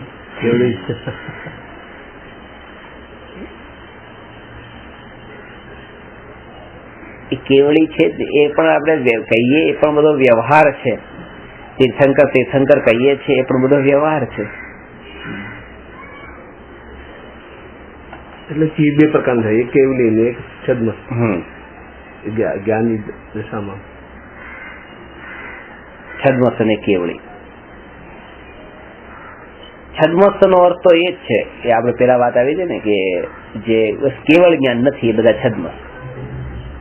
પૂર્ણ જ્ઞાન નથી વિકસિત. નિગુતના જીવે છદ્મસ્ત જ કહેવાય. બે જ ભાગ છે, અલ્પજ્ઞ અને સર્વજ્ઞ. છદ્મસ્ત એટલે અલ્પજ્ઞ. છદ્મસ્ત એટલે અલ્પજ્ઞ. અલ્પજ્ઞમાં પછી ભેદ છે કે કોઈ આટલું હોય ને આટલું હોય. અલ્પજ્ઞમાં બધું આવી ગયું ને, બધું હોય 1% કે 99 વાળો 0.99 વાળો પણ અલ્પજ્ઞ બાકી છે. જોકે આવા હોતા નથી. આવી રીતે આ તો આપણે કાઉન્ટિંગ આ રીતે કરીએ છીએ. બાકી 99.99 વાળા હોતા જ નથી. એ હોય છે તો 0.0000 એવા જ હોય છે, અને પછી અથવા તો હોય છે તો પછી ડાયરેક્ટ 100 હોય છે. એમ વચ્ચે આટલા એની સામે તો 1 થી 99 ની વચ્ચે કઈ નથી થતું. બધા તો આખા 3 લોક ને ત્રણેય કાળનું ભૂતકાળ, વર્તમાન ને ભવિષ્ય એ 100% છે. તો એવું થોડું હોય કે માનો કે થોડું અડધું પણ ત્યારે જાણ્યું કેવાય, એને માનો કે 33% પણ ત્યારે જાણ્યું કેવાય. એની સામે તો 1% બી નથી. એમ કેવળ જ્ઞાનની સામે તો કઈ નથી. એવા પણ કોઈ 33% કેવી રીતે હોઈ શકે? એટલા માટે જ. એટલે કેવળ જ્ઞાનની બરાબરીમાં તો અત્યારે છદ્મસ જીવોને આપણે આમ કહીએ કે ભાઈ પેલા 10%, 20%, 30% જ્ઞાન ને પછી 100%. અરે 10-20% હોતું જ નથી. એ 0.00000 થી લઈને સીધું ડાયરેક્ટ પછી 100 થઈ જાય. પૂર્વ પણ 00 માં આવી જાય. હા, બધું 0.00 માં જ આવી જાય. પૂર્વ પણ આવી જાય. બધું એમાં જ આવી જાય. એકલી છલાંગ એક સાથે લાગી જાય. એક જ આટલી એકદમ ઉઘાડ થઈ જાય. બોમ્બ વિસ્ફોટ જેમ થતો હશે ને. હા, વિસ્ફોટ થઈ ગયો ને ફટાક આમ વિસ્ફોટ જ છે. વિસ્ફોટ છે. જ્ઞાનાવરણી કર્મોનો વિસ્ફોટ થઈ જાય છે, પછી કર્મ રહેતા નથી. છૂટા પડી જાય છે. એ કર્મ નષ્ટ થઈ જાય. કેટલું ઢાંકીને રાખે છે ખાલી એ ત્યારે તો 4 ખાલી આઝાદી કર્મ બાકી છે, પણ એ પણ કેટલું અરે જ્ઞાનાવળી ઘાતી કર્મ. જાતિ કર્મ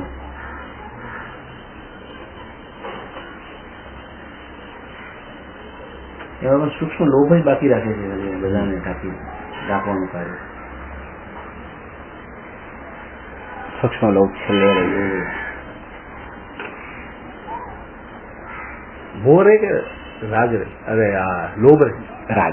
રાગ એ લોભ એ રાગ જ છે. એ કષાયોનું વિભાજન કર્યું છે. સૂક્ષ્મ મોહ રે કે 12 સુધી કે લોભ લોભ રે? મોહ તો જતો રહ્યો ને ચોથા ગુણસ્થાન. રાગ 12 સુધી રે. રાગ 10મા અંત સુધી. 10મા અંત સુધી રાગ રે. પછી વિતરાગ થાય. 12મી વિતરાગ થાય કે 12મે? તો પછી આ 10 થી ડાયરેક્ટ 12 જાય છે ને. અચ્છા, એ પછી 11માં તો પડવાનું. એ તો પછી પતન થવાનું. એટલે તો પછી ત્યાં જવું જ ન જોઈએ 11મા ગુણસ્થાન. એ વિકલ્પ કરીને થોડા જાય છે, એટલે જ વિકલ્પ થી જો મળતું તો વિકલ્પ તો સીધો ભગવાન સીધું શીલા જ કરે. આ તો અહીંયાથી અહીંયા ડાકે છે એટલે ડાકે ના પગ પૂરો ના પડ્યો, અહીં પડ્યો એટલે પાછા ત્યાં જ આવી જાય. એ વખતે તો ત્યાં પોતાના સ્વભાવનો જ અનુભવ છે. એક એવી પણ મિથ્યા માન્યતા છે જેને તમે યુક્તિ અને તર્કથી સમજો તો સમજી શકાય કે જયારે આત્માનું ધ્યાન કરે છે ત્યારે ધ્યાન કરતી વખતે એમ તમને કોઈ બતાવે કે તમે જો આમ કર્મની નિર્જરા થતી હોય, આમ કર્મ ધ્યાન કરતા કરતા અમને એવો અહેસાસ થાય છે આમ કર્મ ખરતા હોય આત્માથી રીતસરના, એવું લાગે. જ્ઞાનીને પણ કર્મ ખરતા અનુભવમાં નથી આવતા કે કર્મ સૂક્ષ્મ છે. જે કર્મ આત્મામાં જ્ઞાનાવરણી દર્શનાવરણી બધા કર્મ છે મોહની, એ બધા કર્મો બંધાયેલા જે છે પૂતગલ કર્મો, એ તો બધા બહુ સૂક્ષ્મ છે. અને છદ્મસ્તના જ્ઞાનમાં એ સૂક્ષ્મ કર્મ જણાતા જ નથી. ભલે ગમે એ ગુણસ્થાનમાં હોય પણ તો એ કેવળ જ્ઞાન નથી એટલા માટે છદ્મસ્ત જ છે. છદ્મસ્ત છે એટલા માટે એને આ કર્મ જણાશે નહીં. કયા જ્ઞાનથી એને જાણ્યું કે આ કર્મ કર્યા? ક્ષયોક્ષમ જ્ઞાન છે ને ક્ષયોક્ષમ જ્ઞાનથી તો જણાતા નથી. કેવળ જ્ઞાન તો છે નહીં, ક્ષાયી જ્ઞાન તો છે નહીં. એટલે આ ભ્રમમાં જીવ પડી જાય કે જો બસ આ કર્મ ખરે છે કર્મ ખરે છે. એ કઈક શરીરની પૂતગલની જ કઈ ને કઈ પ્રકારની એવી સ્થિતિનો એને અનુભવ થતો હોય, શરીરની સ્થિતિનો. શરીરના અંદર અત્યારે લોહીનું એવી રીતે કઈ અથવા તો માંસ કે એ રીતે જે સ્થિતિ શરીરની અંદર એવી થતી હોય એ હલકું થઈ જાય છે સર. એને કદાચ એવો અહેસાસ, એવો આનંદ પોતે એ પ્રકારે અનુભવ જ કરે છે એટલે એને એવો અનુભવ થાય છે. બાકી શરીર એ સમયે તે હલકું તો કઈ થયું જ નથી. અંદરમાં શરીરમાં ખાઈ પીને જે બેઠા છે બધું જે શરીરમાં છે તો શરીરમાં છે જ, એની બહાર ક્યાંય ગયું નથી. પણ એને એ પ્રકારનો એવો અહેસાસ જ એ પ્રકારનો કરે છે, પ્રેક્ટિસ જ એ પ્રકારની કરે છે.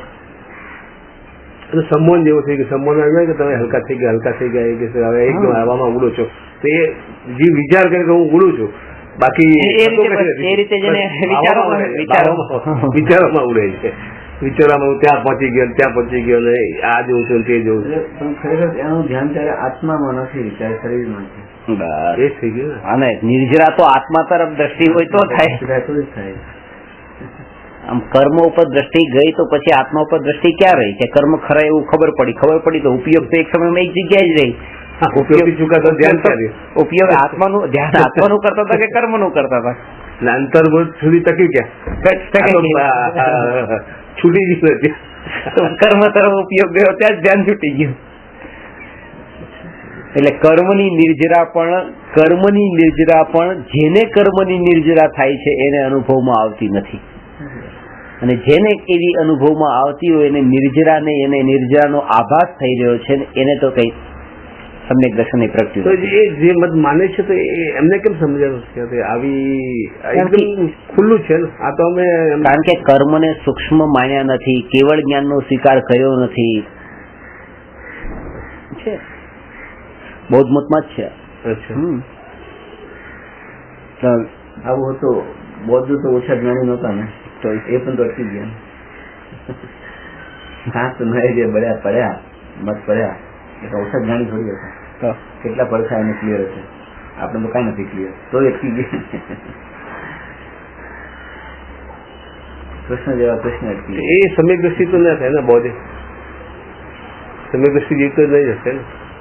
નહીં, સમ્યક દર્શન માટે તો હા, એ પહેલા તમને બધા જ નથી કે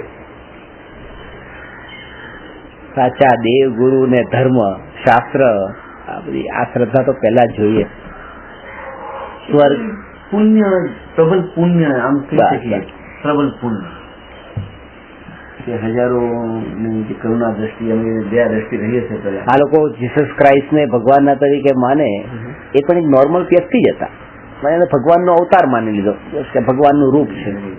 પુણ્ય એટલું જબરદસ્ત હોય અને એ લોકો તો અત્યારે એમ જ કહે કે આ વિશ્વના અંદર આ ક્રિશ્ચિયન ધર્મ સાચો છે. એનું કારણ એ છે કારણ કે અત્યારે તમે મને બતાવો કે આજે કઈ તારીખ થઈ, કે આજે 24 તારીખ થઈ, માર્ચ મહિનો છે, 2011 સાલ છે. તમે ફટાફટ બતાવી દેશો. પૂછે ગુજરાતી તારીખ કઈ છે, આજે ગુજરાતી કેલેન્ડરમાં કઈ તિથિ છે, એ ખબર નથી. એ તમે ગુજરાતી થઈને તમને તમારી તિથિ ખબર નથી. તમે માનો વીર સંવત અત્યારે કેટલાની ચાલી રહી છે એ ખબર નથી. જીસસ ક્રાઇસ્ટની તમને ખબર છે. તો આના ઉપરથી ખબર પડે કે તમે કયો ધર્મ સાચો, તો કે બસ જીસસ ક્રાઇસ્ટ ક્રિશ્ચિયન ધર્મ સાચો. કારણ કે કોઈને પોતાની નથી ખબર પણ આની ખબર છે, કારણ કે એનો પ્રભાવ જ ભગવાનનો એવો હોય, સાચા ભગવાનનો પ્રભાવ એવો હોય કે એના અંદર વધી જાય. એમ એવી રીતે કરીને ચર્ચમાં લેક્ચર આપે. અને આખા ઓલ ઓવર વર્લ્ડમાં બધે જ કે બધી જગ્યાએ પોતપોતાની બધાની, મુસ્લિમની પણ પોતાની તિથિ છે, હિન્દુની તિથિ છે, જૈનની તિથિ છે, બધાની પોતાની તિથિ છે, પણ બધાને એ નથી ખબર ને આ બધે આ જ તિથિ ચાલે છે. આ બધું વ્યવહાર એમને હિસાબે ચાલે છે એટલે બધું એટલે શ્રદ્ધા થતી જાય છે, ઇન્ટરનેશનલ લેવલ ઉપર શ્રદ્ધા થાય છે. આપણે સંસારમાં રહીએ છીએ અને સંસારના સ્વરૂપને કોઈ અસત્ય બતાવી દે તો એ પેલો ગાંડો સમજે કે જેનાથી ચાલો છો એને તમે અસત્ય બતાવો કે તમે મનુષ્ય નથી, મનુષ્ય છો કે નથી એવું બતાવે.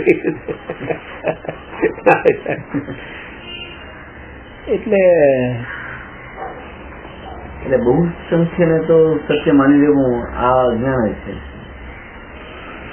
એ જ બધા સાચી તારીખ માને તો પછી સર્વે સાચો.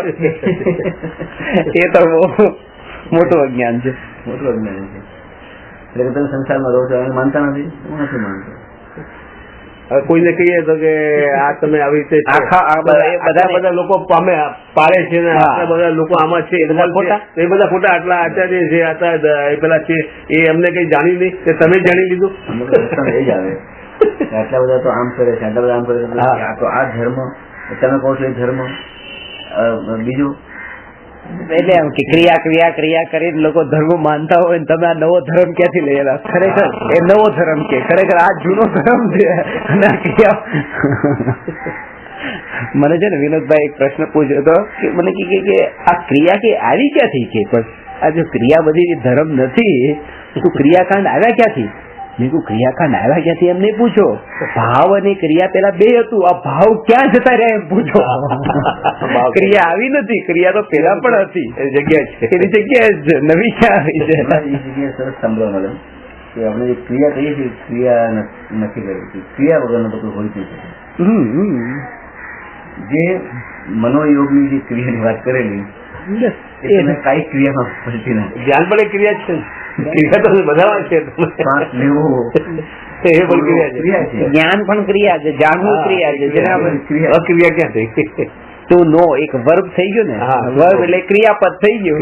ટુ નો આ ક્રિયાની વાત હતી, કઈ ક્રિયાની વાત. એટલા માટે છે ને મેં એક વાક્ય લખ્યું છે મહાવીરના વરસદરમાં કે સમ્યક દ્રષ્ટિના શ્રદ્ધાની ડિક્શનરીમાંથી એક જાણવું એ સિવાયના બધા ક્રિયાપદ નીકળી ગયા હોય.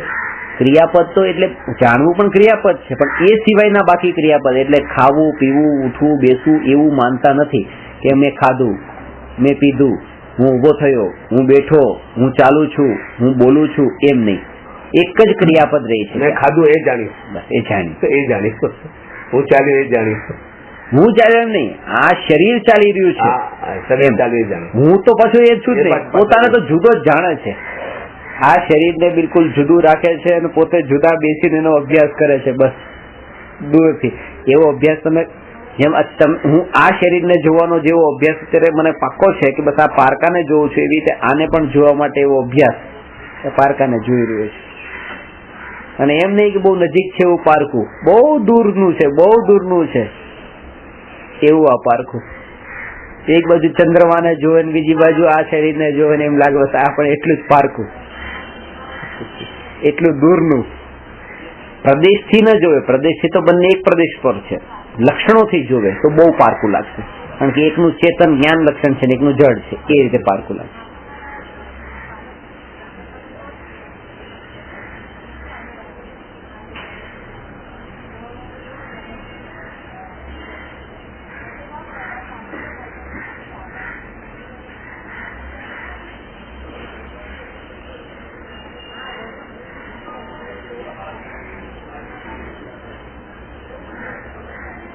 એક શબ્દમાં ફરક થવાથી બધું, જ્ઞાનના ફરક થવાથી બધું એકદમ જુદું થઈ જાય, વિરોધી થઈ જાય છે. એ જ વસ્તુનું લોજિક આપીને તો કન્વિન્સ કરી નાખવા એ જુદી વસ્તુ છે. આજે વર્લ્ડ વાઇડ લોકો એટલા તર્ક આપીને તર્ક આપે, સાથે પછી પૈસા આપી દે, એના કારણે લોકોને કન્વર્ટ કરી નાખે પોતાના ધર્મના. માણસને તો પેલા એ 2 ટાઈમની રોટલી ખાવા પીવાનું મળતું હોય, સારી રીતે ઘર મળતું હોય, બધું મળતું હોય, પછી એ શું કામ એ બધું છોડે? તો એના માટે તો એમ કે ભગવાન જીવતા જાગતા ભગવાન આયા, બસ પ્રસન્ન થઈ ગયા છે, બસ મારા માટે તો આ જ સાચા ભગવાન છે. કારણ કે એને વસ્તુ એ જે જોતી છે એ વસ્તુ એને મળી, એ વસ્તુ જેના થકી મળી એ જેનો ભગવાન. અને અહીંયા તો કહે છે કે એ વસ્તુને તો મારે છોડી દેવાની છે જે તમે મને આપવા માંગો છો. તો મારા માટે તો ભગવાન મને તો ખાડામાં નાખવા વાળા છો, કારણ કે મને પરિગ્રહ આપ્યો.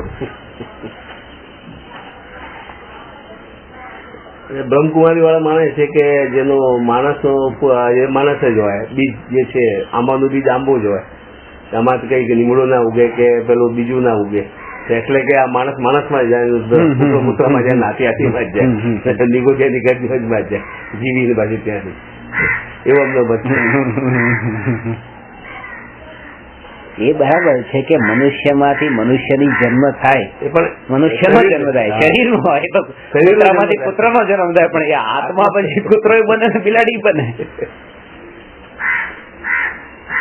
બધે અજ્ઞાન છે, અજ્ઞાન જ અટકાઈ જાય, ક્યાં અટકે છે. એ જ કહું છું ને, એક ખાલી શબ્દમાં ફરક કરે એટલે બધું આ પડકું જ જુદું થઈ જાય, એકદમ એનું જુદું જ થઈ જાય છે.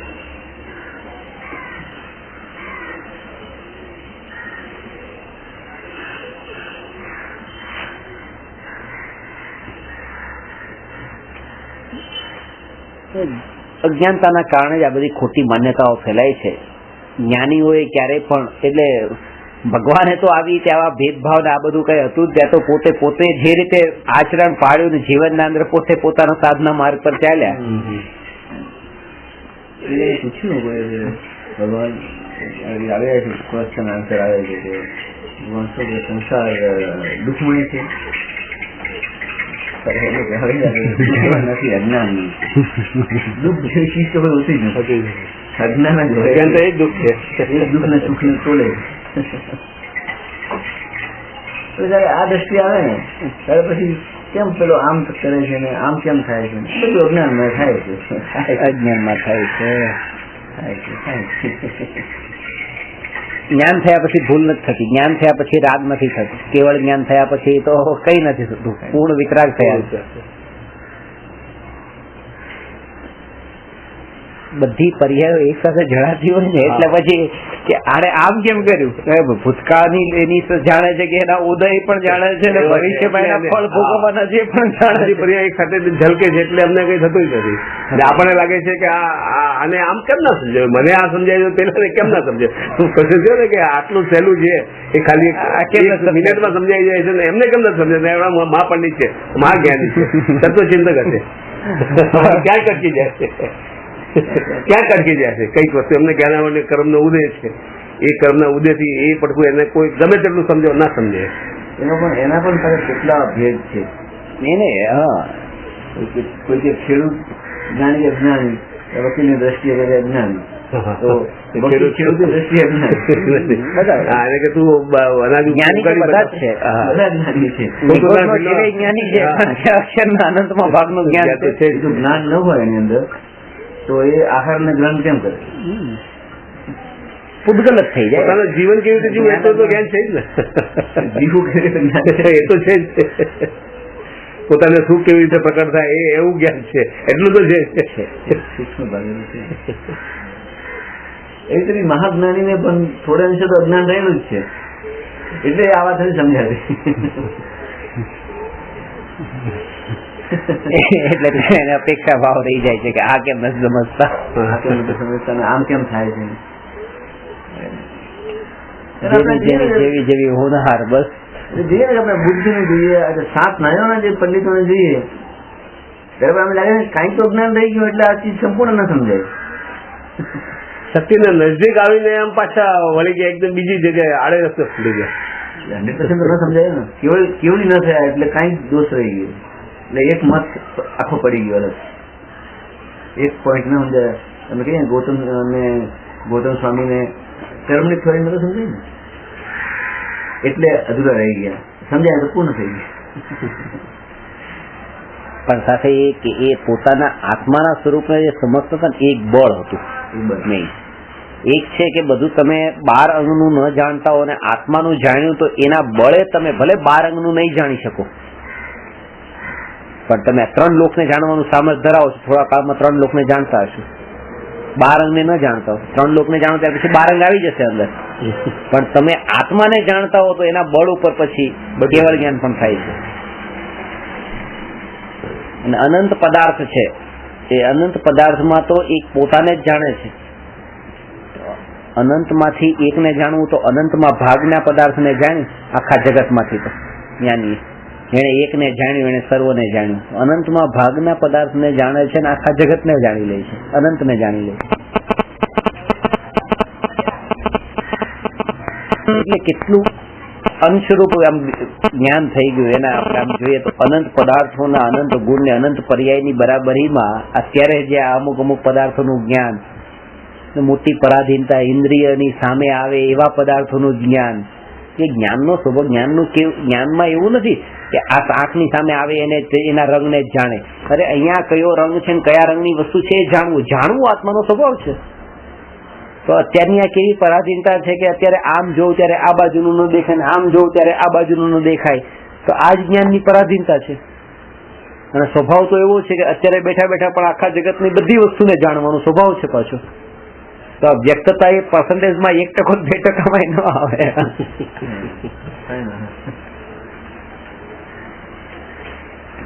હવે એમાં પણ હવે આટલો અંશ ખાસ એ જોવાનું છે કે અનંત પદાર્થો છે ને એને અનંત જાણવા વાળું અનંત જ્ઞાન, એમાંથી આ અંશરૂપ જ્ઞાન છે. એ અંશ એને દેખાય છે કે બસ મારે અંશરૂપ જ્ઞાન છે, અંશરૂપ જ્ઞાન છે. એની આગળનો એ વિચાર નથી ચાલતો કે અંશરૂપ જ્ઞાનમાં પણ એવી શક્તિ પડેલી છે કે જે અનંત જ્ઞાન સુધી પહોંચાડે.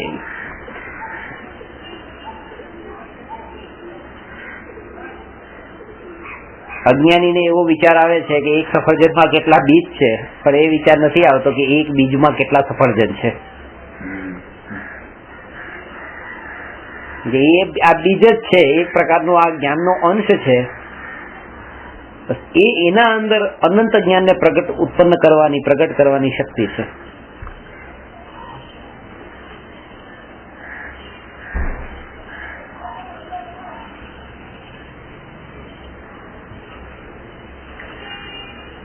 એવું એક વાક્ય મેં વાંચ્યું હતું, એક ઝાડમાં લાખો દિવાસળી થઈ શકે એટલું એક ઝાડના લાકડામાંથી લાખો દિવાસળી થઈ શકે છે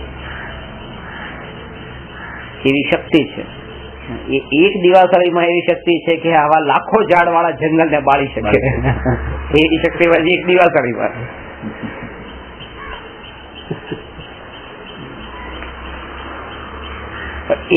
એકાંતથી જયારે આપણે શક્તિનો વિચાર કરીએ છીએ ત્યારે નિરાશા આવી જાય છે. અરે અનંત જ્ઞાનની શક્તિ, અને અત્યારે તો આ અંશ પોઈન્ટ એ કરીને જે 0.00000 માં અનંત ઝીરો લાગી જાય અને પછી ક્યાંક આગળ ખોટો લાગે, કારણ કે અનંતમાં ભાગનું કીધું તો પછી અનંત ઝીરો લાગે ને, આનું લેવલ જ નથી આવતું. શ્રદ્ધા છે ને કે ભલે અત્યારે 1% જે છે ઘણું બસ એના બળ ઉપર ઘણું થતું એના બળ એટલે પર્યાયને એટલા એના બળ ઉપર એ અનંતની મહિમા આવે. બસ ખાલી આ ઘણું એમ નહીં કે આ જો આવું છે તો અનંત કેવું હશે એવી મહિમા.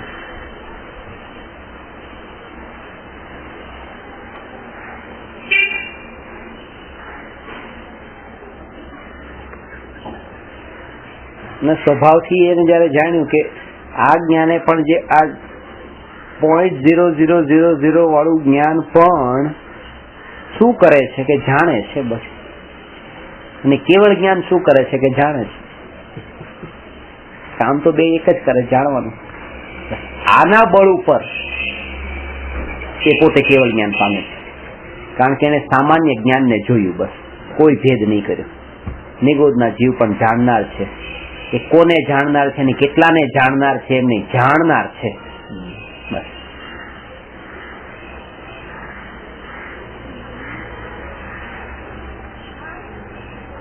એ નથી જોવાનું કે કેટલાને જાણ્યું છે, તે તો બસ જાણ્યું એ એટલું જ દેખાય, બસ જાણ્યું. હોટલમાં ગયા અને ત્યાં મને પ્લેટ ઉપાડીને તમે મને 5 રોટલી ખાધી તો પેલા મેં પ્લેટના ચૂકવવાના એટલા જ પૈસા છે, 10 ખાધી તો એટલા ચૂકવવાના છે, તમે ઉપાડ્યા પછી તમે ખાલી કઈ ના ખાધું તો ચૂકવવાના છે, ઓર્ડર આપે એટલા ચૂકવવાના છે. એ નથી જોવાનું કેટલું એમ, બસ છે ગણતરીમાં આવી ગયું કે આ નિગોદનો જીવ પણ જાણનાર છે, કેટલાને જાણે છે નહીં જોવાનું, કેવળી પણ જાણનાર છે, ત્યાં સામાન્ય જ્ઞાનને જોવાનું. ત્યારે એ કેવળી અને નિગોદ વચ્ચેનો વિરોધ પણ ટળી જાય છે, પણ સિદ્ધ થાય છે, પણ સિદ્ધ થાય છે.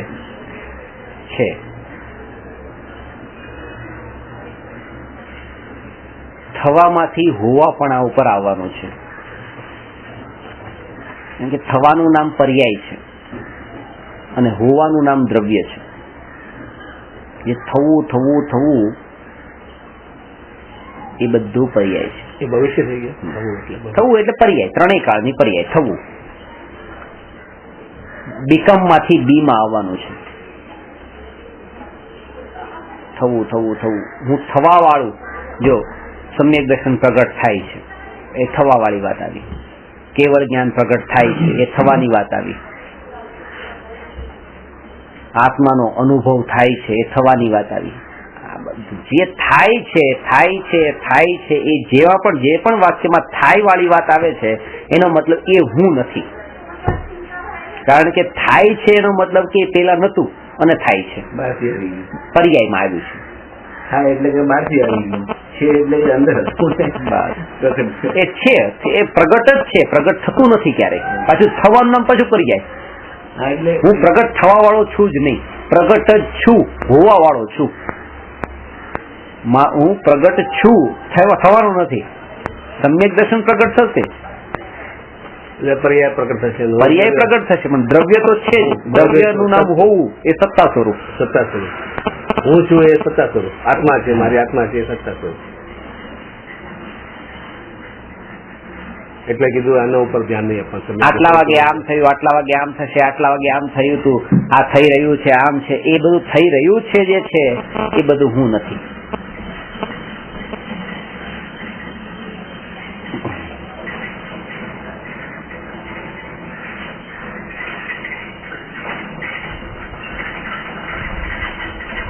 આ ભેદ જ્ઞાનમાં કામ આવે.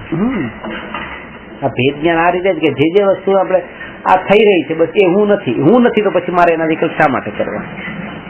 એ હું નથી. એમાં એવું વિચારવું કે હા, એ જ વિચાર, એ જ ચિંતન કરવાનું કે તમારે અંદરમાં પોતાની જાતને પૂછવું, બોલ તારે શું થવું છે, તારે શું થવું છે જીવનમાં, તારે શું થવું છે? ડોક્ટર થવું છે, એન્જિનિયર થવું છે, કરોડપતિ થવું છે, સ્વર્ગનો દેવ થવું છે? નહીં, મારે ભગવાન થવું છે. ખોટું, મારે ભગવાને થવું નથી, હું ભગવાન છું. કારણ કે ભગવાન થવું પર્યાય છે એવું નથી. એટલે ભગવાન થવા સુધીની પણ જે વાત છે ત્યાંથી પણ છૂટો પડીને હોવા ઉપર આવે. હું થવા વાળો પરમાત્મા નથી, હું હોવા વાળો પરમાત્મા છું. થવા વાળો પરમાત્મા એ પર્યાય છે, અને હોવા વાળો પરમાત્મા જયારે જોઉં છું ત્યારે પછી હું પોતે ભગવાન જ છું. ત્યારે પછી મહાવીર ભગવાનમાં મારામાં ભેદ નથી રહેતો. અંદરમાં તો નિશ્ચિત પ્રકટ કરવું, અંતરમાં તો આ જ પ્રકારનું ચિંતન જ આવા પ્રકારનું દ્રઢ કરવાનું. ખરેખર જો તમને ટાઈમ મળ્યો હોય ને તમારે તત્વનું ચિંતન કરવું હોય તો નરક 7 છે, અરે ત્યાં કેવા દુઃખ ભોગવવાના છે, એ ચિંતન કરવા કરતા પહેલું ચિંતન આ જ્ઞાયકની વાત.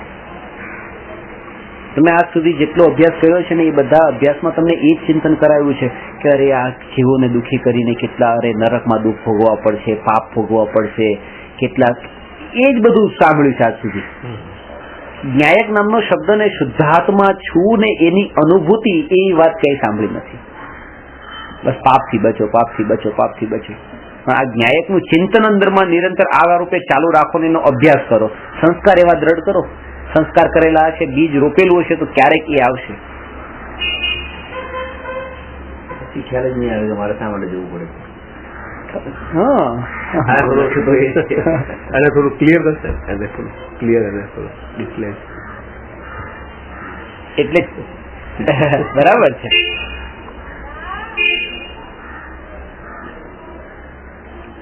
એક તો ખરેખર હવે તમને એક વાત કહું કે કશાયોની મંદતાનો કાળ બહુ ઓછો હોય છે. આ કાળમાં આ ભૂમિ પર આપણા જેવા જીવો માટે મંદ કશાયમાં રહેવું છે. મંદ કશાયનો ઉદય, કશાયનો મંદ ઉદય હોવો બહુ ઓછું હોય છે. ક્યારેક તમે પોતે પ્રેક્ટિકલમાં વિચાર કર્યો 24 કલાકમાંથી કેટલા સમય માટે અથવા કેટલા દિવસે કેટલા સમય માટે અથવા મહિને વર્ષે કેટલા સમય માટે તમને તત્વનો વિચાર આવે છે, ધર્મનો વિચાર આવે છે. હવે જે વિચાર એ બહુ દુર્લભ ચીજો છે, એ વિચારના કાળે પાછો તમે માનો કે આવા જ વિચારોમાં ઉતરી જાઓ તો પછી ન્યાયકનો વિચાર ક્યારે કરશો? એટલે તમારી પાસે બહુ ઓછો ટાઈમ છે, માંડ આવા વિકલ્પ આવ્યા છે ધર્મના વિચારના. તો એ સમયે તો એવો જ વિચાર કરો જે સંસ્કાર દ્રઢ કરાવવા વાળો છે આ આત્માના. કારણ કે એ આવા વિચારો તો બીજી ગતિઓમાં પણ આવી જશે. કરુણાના ને કોમળ ને વાત્સલ્યના ને એ બધા જે ભાવ છે એ તો સાધારણ વ્યક્તિને પણ આવી જાય છે. મુસ્લિમ પરિવારમાં જન્મેલાને પણ ખબર છે કે ભાઈ ભૂખ્યાને ખાવાનું આપવું જોઈએ.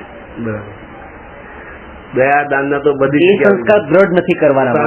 અને આ તમે જયારે વિચાર કરો છો ને ત્યારે તમારા સંસ્કાર એવા દ્રઢ કરી રહ્યા છો. તમને ખાલી એ સમયે જ નુકસાન છે એમ નહીં, એ સમયે તમારો સંસ્કાર એવો દ્રઢ થઈ રહ્યો છે કે તમે એને એટલું વર્ચસ્વ, એટલું મહત્વ આપી દીધું કે ભવિષ્યમાં તમને આવા વિકલ્પો જ આવશે.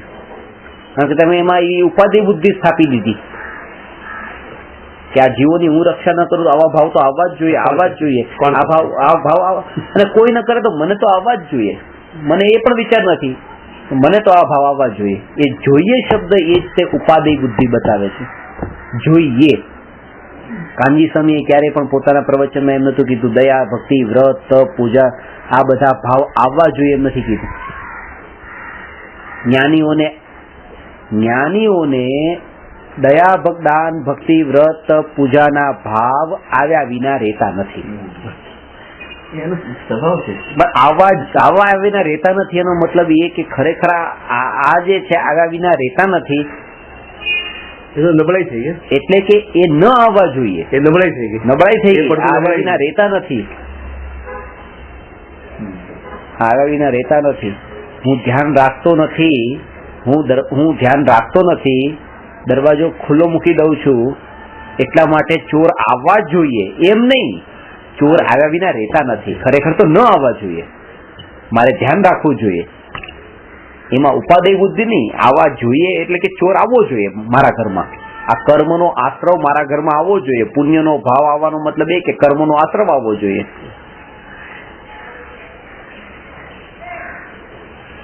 કાળો નાગ મારી સામે આવવો જોઈએ, એવો જે ભાવ છે એવો જ આશ્રમનો ભાવ છે. આશ્રમને કાળો નાગ કીધો છે.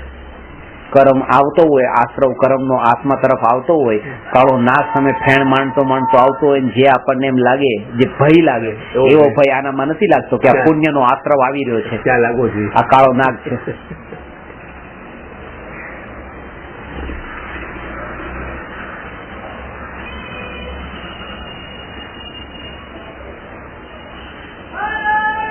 એટલે ચિંતન કરવા માટેનો આ વિકલ્પ પણ જયારે આવે છે ને, વિકલ્પો બહુ દુર્લભ હોય છે, એટલા સહેલાઈથી નથી આવતા.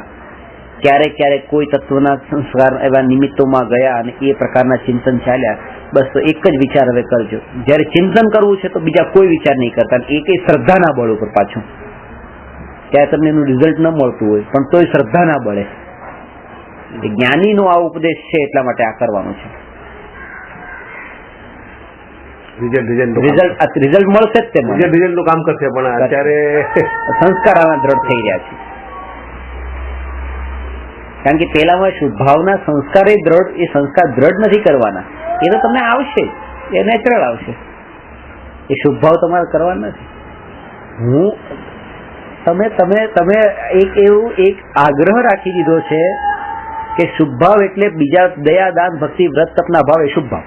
બસ આ છે શુભ ભાવ નહીં. હું જ્ઞાયક છું, હું જ્ઞાયક છું, હું જ્ઞાયક છું, હું જ્ઞાયક છું, આ છે બસ. હું માત્ર જાણનાર જાણનાર જાણનાર જાણનાર છું. આ શુભ ભાવ છે, કારણ કે તમે આત્મામાં લીન થોડો થઈ ગયા છો, શુદ્ધ ભાવ થોડો પ્રગટ્યો છે.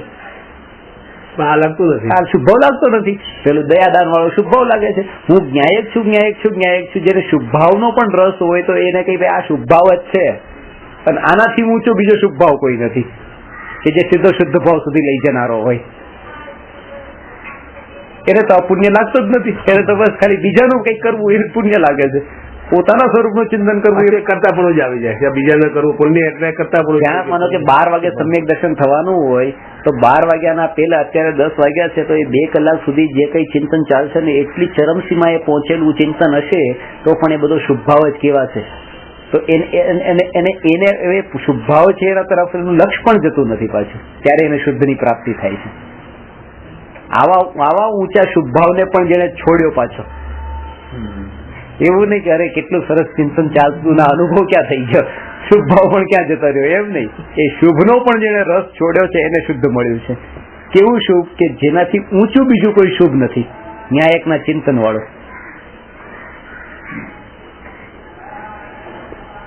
ન્યાયકના ચિંતનનું નામ શુદ્ધ ભાવ થોડું છે, એનું નામ તો શુભ ભાવ છે. ભગવાનનું ચિંતન એ શુભ ભાવ લાગે છે, પોતાના ન્યાયકનું ચિંતન એ શુભ ભાવ લાગતું જ નથી. નૌકાર ગર્વ શુભ લાગે છે, આ બધે સ્તુતિ કરવી શુભ લાગે, ભક્તિ કરવી શુભ લાગે છે. પણ આ હું જ્ઞાયક છું, હું જ્ઞાયક છું, હું શુદ્ધ છું, હું પરમાત્મા જેવો છું, પરમાત્મા છું. પછી તમે તમારા ઘરમાં પ્રવેશ કરો ત્યારે તમે અજાણ્યા બનીને પ્રવેશ કરો, અભ્યાસ એ રીતે કરો. હું કોઈના ઘરમાં જઈ રહ્યો છું, આ ઘર મારું નથી. તમારી સામે તમારા છોકરા, પત્ની, પરિવાર આખું જે આવે બધાની સામે તમે એ રીતે જ વર્તન, અંદરમાં તમારું અંતરની વાત કરું છું, એવું જ તમારું હોવું જોઈએ કે આ કોઈ અજાણ્યા સામે હું છું, આ બધાને ઓળખતો જ નથી. ધુતારાની ટોળકી છે એવો દ્વેષ કરવાની જરૂર નથી, અને આ મારા બધા સગા વાલા સંબંધીઓ મારા હિત કરતા છે એ કરવાની જરૂર નથી, રાગ પણ કરવાની, અને ઓળખતો નથી. બસ આ કોઈ જીવોનો સમુદાય જેમ આ જગતમાં છે એમાં સામે જ છે.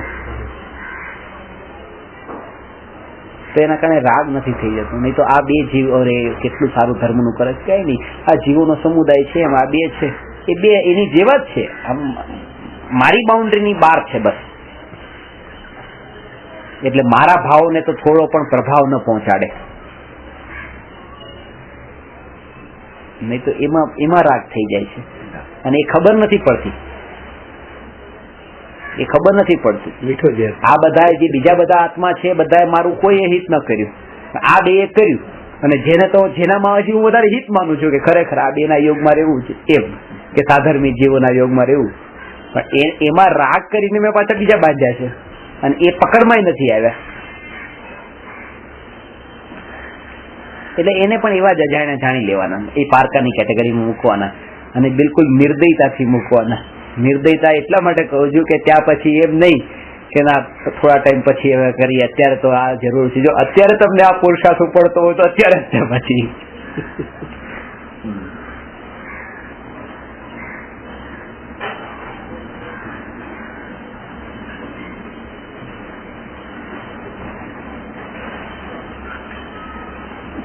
માટે તો કૃષ્ણ ભગવાનનું જે દ્રષ્ટાંત છે એવું સરસ છે, કમસ ને ધર્મેન્દ્રનું. બંને ઉપયોગ જ નથી ત્યાં. બંને પોતાના એક પાપના ઉદયથી આવે, એક પુણ્ય એક પુણ્યના ઉદયથી આવે, તો ઉદયથી જ આવે છે ને. એમાં એકની ઉપર રાગ કેમ ને એકની ઉપર દ્વેષ કેમ? એના માટે બંને જીવ સરખા છે, બંને સરખા જ છે. પેલો કાર્ય કરી રહ્યો છે, એ એનું કાર્ય કરી રહ્યું છે, એ એનું કાર્ય કરી રહ્યું છે. એ પણ એના માટે કઈક શુભ કરેલું એટલે કાર્ય કરી રહ્યું છે, એના માટે અશુભ કરેલું એટલે કાર્ય કરી રહ્યું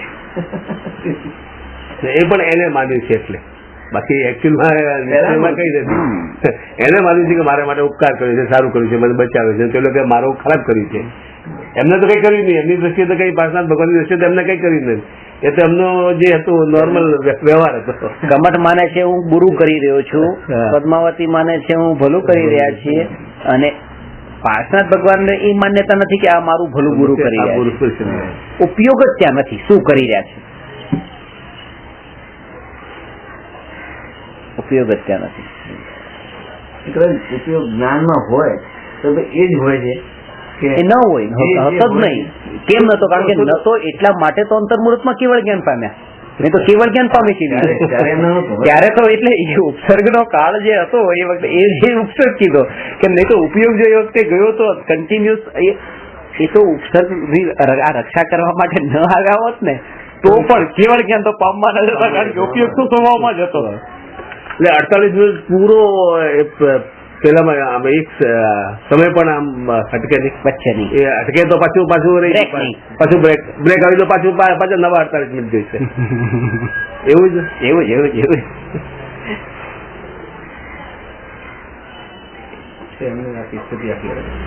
એ તો લેવલે પહોંચેલા. ખાસ વાત તો એ છે કે એવી સ્થિરતા કન્ટિન્યુઅસ એની જ રહી હોય કે જેને આત્માના અંદર એવા કશાયો જ ન હોય ત્યારે જ એટલી સ્થિરતા રહેતી હોય.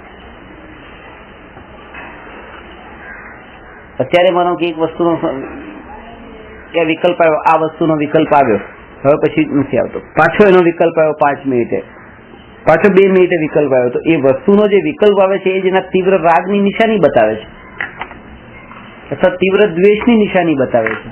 રાગ અને દ્વેષના ભાવ વગરના વિકલ્પો કેવી રીતે આવે? અને ત્યાં એવો રાગ અને દ્વેષનો ભાવ રહ્યો નહીં, એટલા માટે બહારના વિકલ્પો જ રહ્યા નહીં, ઉપયોગ બહાર જતો જ નથી. હવે દુનિયામાં ઘણી બધી વસ્તુ છે એનો વિકલ્પ નથી આવતો, કેમ કે આપણો આમાં છે નથી.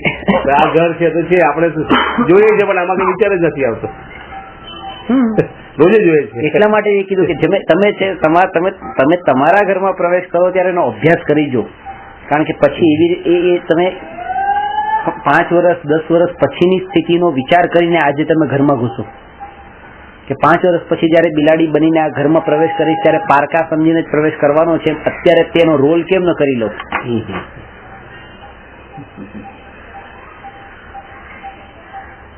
અને ત્યાં તમને એ લાગશે પણ નહીં કે હું ઘરમાં જાઉં છું, તો તમને ભેદ જ નહીં ખબર પડે ઘરમાં છું કે કોઈના બીજાના ઘરમાં ગયો એવો ભાવે નહીં આવે કે બીજાનું પોતાનું હવે રહ્યું શું, પછી જે પોતાનું નથી પછી કોઈનું નથી. આ વિચાર પરિવારની ડેફિનેશન બદલી નાખી દે. ત્યાં તો પછી બિલકુલ હટી જ જાય છે ને એનાથી. સમૂહની એની અંદરમાં એક ભાવના એવી હોય ક્યારે આ બધાથી છૂટો પડું, ક્યારે છૂટો પડું, ક્યારે છૂટો પડું. જેવો છૂટો પડે તો પૂરો એનો લાભ લઈ લે. ઝંખના એની એ હોય છૂટો પડવાની, એ જાણતો હોય કે એની સાથે રહીને તો હું ફસાઈ જવાનો છું.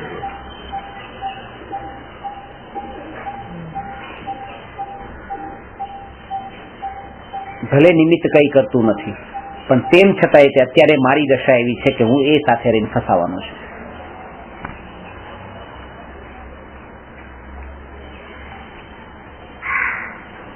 સત્વની દ્રષ્ટિએ નિમિત્ત કઈ નથી કરતું, અજ્ઞાનતાની દ્રષ્ટિએ નિમિત્ત ઘણું કામ કરી જાય. અને અજ્ઞાન દશા છે, નિમિત્તાધીન દ્રષ્ટિ છે, એટલા માટે જ એને સદનિમિત્તોમાં રહેવાનું કીધું. કોઈ દ્રઢ નિર્ણય કરીને નહીં રાખો ભૌતિક પદાર્થ ને ભૌતિક કાર્યોના સંબંધમાં.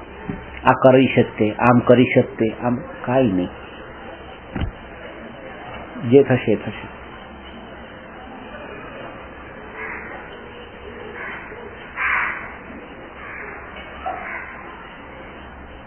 એક ભાઈ મને સલાહ આપી, મને કે આ બધું કામ તમે આધ્યાત્મિક સાધના કેન્દ્રનું તમે નહીં, કોઈ બીજાને કરવા માટે આપી દો ને તમે સાધના કરો. મેં કીધું હું કરવાનું બંધ કરી દઉં ને બીજાને આપું, સોંપું, એનો મતલબ એ કે જયારે બીજાને સોંપી રહ્યો છું આ કામ કરો તમે, એનો મતલબ એ કે અંદરમાં તો હું માની દઉં છું કે જ્યાં સુધી એ નથી સંભાળે ત્યાં સુધી હું કરી રહ્યો છું.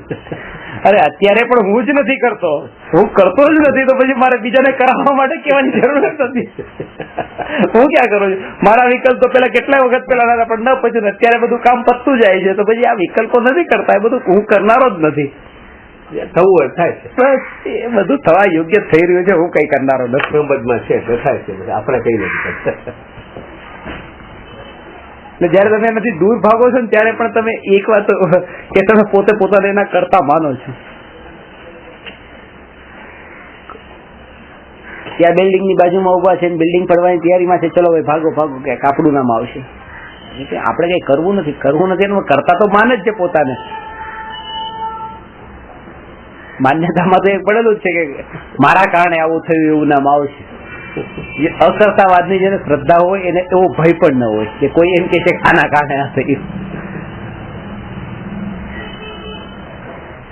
કારણ કે એ પણ ન માનતો હોય કે કોઈ મારા ઉપર બ્લેમ કરશે એનું કારણ પણ એ નથી, મારા ઉદય છે.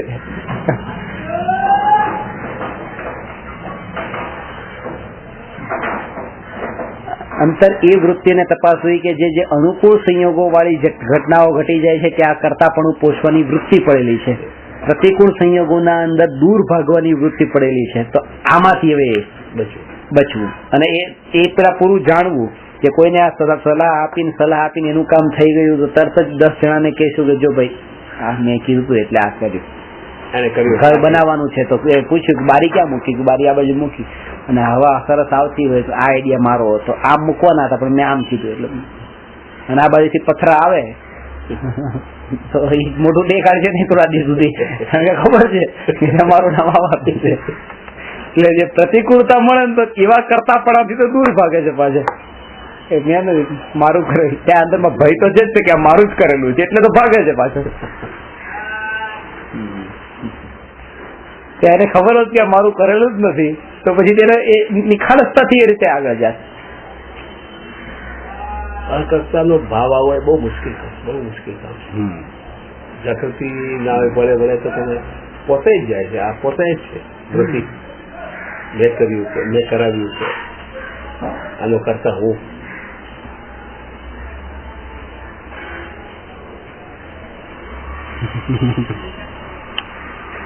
કેવું પડે પછી મુશ્કેલ નથી. હા ના કેવું એટલે જ તમે આખી દુકાન જમાવીને આપી હોય અને પછી છોકરાઓ છે કે આ મેં કર્યું તમે સામે બેઠા હો, સાંભળવાની તાકાત હોવી જોઈએ, તાકાત ઓછી જોઈએ, શીખવાની તાકાત. મેં કાંઈ નથી કર્યું, મેં તો આવડી દુકાન જમાવીને આપેલી અને એમને આવડી કરી છે તો અને કે છે એ પણ એનું અજ્ઞાન છે, કરુણા બુદ્ધિ એમ જાણી લે. અજ્ઞાનતા છે. આ જીવને પણ સદબુદ્ધિ મળે કે ભાઈ હું કરતા નથી આ દુકાનનો. હું નથી તો આ પણ નથી, પણ આટલી બી સાંભળવાની તાકાત સહજ રૂપે હોય તો સમજવું કે તમે સિદ્ધાંત માનો ક્રોધ ના હોવું જોઈએ ત્યાં. કારણ કે ખબર છે આ સમ્યક દર્શન થયા પછી એ વ્યવહારમાં પણ પાકા કેમ રહી શકે છે. ખબર છે કે આ થોડા દિવસનો જ આ ખેલ છે, બસ પછી છોડવાનું છે, આનાથી છૂટું જ પડવાનું છે. આગળ એક મુનિ થવાનું છે, છૂટવાનું છે, થોડા દિવસ જે છે બસ જોઈ લો, જાણી લો. હોસ્પિટલમાં ગયા એક મહિના ભરતી કર્યા તો ત્યાં ડિસ્કસ કરી રહ્યા હતા રિપોર્ટની બાબત. આમ થવું જોઈએ, આપણે ડોક્ટરને આમ તો પૂછવું જ જોઈએ, આમ કેવું ડોક્ટર ભૂલી જાય તો આમ કેવું જ જોઈએ. પછી મેં કીધું મને છે ને તમારે 4 જણનો સલાહ, હું તમને 4 ને મારા સલાહકાર તરીકે નિમું છું. મને તમારી વાતો સાંભળીને એટલું તો દ્રઢ નિશ્ચય થઈ ગયો છે કે હું ક્યારે મરીશ નહીં. 400 ડોક્ટર ને તમે આવી સલાહ આપો છો કે તમે આ ભૂલવા નહીં દે અને આ દવા લાવીને આપશે, આ જાણકાર છે, હું તો મરીશ નહીં. અને આપણા આ ઘરમાં પણ કોઈ હમણાં સુધી મરશે નહીં. જ્યાં તમે બેઠા છો ત્યાં સોંપી એ ભૂલ છે, આમ કરી શકો તો પેલા જ મરી ડોક્ટર ને એટલે એના પેલા દવાખાનામાં જઈને આ જ થતું હોય છે બધાને સલાહ આપવાની. બસ મને આમ થયું હતું, મેં આમ કર્યું હતું, આને આમ થયું હતું, પેલો આમ નહીં કર્યું એટલે પેલો મરી ગયો, ડોક્ટર ભૂલી ગયો. આપણે તો મરવાના જ નથી. એ દ્રઢ નિશ્ચય થઈ ગયો. અને એ માન્યતામાં પછી એવું દ્રઢ થયું કે બસ આવું બધું ધ્યાન રાખવાથી, ડોક્ટર ને કહેવાથી બધું જીવન મળશે, વધી જશે, આયુષ્ય વધી જાય, ડોક્ટર ધ્યાન રાખે તો સક્સેસફુલ થાય, બધું બધી માન્યતા એવી જ છે. કાલે એક કિસ્સો થયો, જે ડોક્ટર વનના છોકરાને મલેરિયા હોય તો વનને લઈને ગયો મલેરિયા ડોક્ટર વનનો છોકરો, ડોક્ટરનો છોકરો 1 મહિનાથી રખડી રહ્યો મલેરિયા છે, એનો છેડો આવતો નથી. અને આપણે પાછળથી એની વજન જઈએ છીએ કે મારા છોકરાને આવે તું બરાબર કર કે મારો કેસ બગાડ્યો છે કે 4 હોસ્પિટલ લઈ ગયો, બધી જગ્યાએ બગાડ્યો છે. આજ બધા એની આપણે ડોક્ટર કે પરફેક્ટ હોય તો કે આયુષ્ય કે એટલે બરાબર સક્સેસફુલ ઓપરેશન થાય, બચી જાય. એક બકરીનું ઓપરેશન કરવાનું, ઓપરેશન કર્યું ડોક્ટરે, ઓપરેશન કર્યા પછી બધી સાધન સામગ્રી પછી ચેક કરી, ખબર પડી ભૂલ ડોક્ટરે એક કરી હતી કે કાતર અંદર બકરીના શરીરમાં રહી ગઈ, પેટથી બધું પેક કરી દીધું, બકરી થઈ ગઈ કે આ ભૂલ થઈ ગઈ. પછી તો એના બધા મોટા ઓફિસર બધા બગડ્યા કે ડોક્ટરને કીધું તમને અહીંયા આવી રીતે આટલા માટે રાખ્યા છે, આવી રીતે ઓપરેશન કરો છો, કાતર અંદર રહી જાય, તમને ખબર નથી રહેતી. બધી વસ્તુ તમારે ગણવી જોઈએ કે આટલી વસ્તુ લોકો ગણીને રાખે, આ 1 2 3 4 5 6 છેલ્લે ગણી લેવાની કે આટલી રહી. બીજો તો આંખીનું ઓપરેશન આવ્યું, આંખીના ઓપરેશન બધી વસ્તુ હતી, ચાકુ ને કાતર ને બધું પછી ચેક કર્યું, ઓપરેશન થઈ ગયું, હાથી મોકલાઈ દીધો કે આમ બધું ગણી લીધું, 1 2 3 જેટલી બધી સાધન સામગ્રી હતી બધી બરાબર નીકળી. ડોક્ટર ખુશ થયા, નર્સ ખુશ થઈ, બધા કે સરસ સક્સેસફુલ ઓપરેશન થયું. થોડી વાર પછી ગોતે કે આપણો કમ્પાઉન્ડર જઈ ગયો કે કમ્પાઉન્ડર લાગી ગયો, ડોક્ટર કે આપણો કમ્પાઉન્ડર નથી મળતો કે જેટલું વધારે ધ્યાન રાખ્યું પછી એટલી મોટી ભૂલ વધારે. એના માટે બહુ સરસ છે કે વકીલોને વકીલની જરૂર પડે છે, ભોલાને જરૂર નથી પડતી.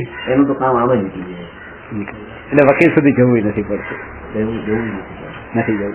વિશ્વાસ રાખો, બધું કામ થઈ જશે. કે નથી થયું ને તો નહોતું થવાનું, થઈ ગયું તો થઈ જવાનું હતું, થઈ જવાનું એટલે થયું છે. અને અનંત કાળની પર્યાયની જેને શ્રદ્ધા હોય એને આ 2-4 દિવસની શ્રદ્ધા ના હોય કે 2 દિવસ પહેલા થયું કે મોડું થયું એવું નથી, એ તો એના ટાઈમે થયું છે. આ કેટલી લાખો વર્ષો પછી, કરોડો વર્ષો પછીની પર્યાયો, આ મારીચીની પર્યાય ને મહાવીરની પર્યાય નતું થવાનું તો એ પર્યાયમાં નતું થવાનું, ને અને સિંહની પર્યાયમાં પણ કલ્યાણ થવાનું હતું, ઉત્તમ નિમિત્તમાં ના થયું ને એકદમ નિમિત્તમાં થઈ ગયું, અને સિંહની પર્યાય જેવામાં થઈ ગયું. મોડામાં માંસનો ટુકડો એને દેવતા મુનિ આપીને આવીને સમજાવે. એટલે એમની ક્યાં ભાવની હતી?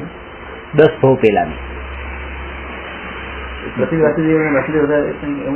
ના એમને સિંહ ફાડ્યો એ તો એમને બાસુદેવના ભાવ, એ તો અલગ, એ તો અલગ, એ અલગ છે. સિંહ પોતે સિંહ હતા, આ તો પોતે સિંહની પર્યાયમાં હતા, સિંહ જ હતા.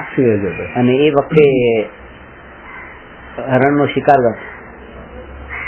આપણને એમ લાગે કે હરણ એ સિંહનો તો ખોરાક જ માંસ છે, તો માંસ ખાવામાં આવે ને પાપ શું કામ કહેવાય?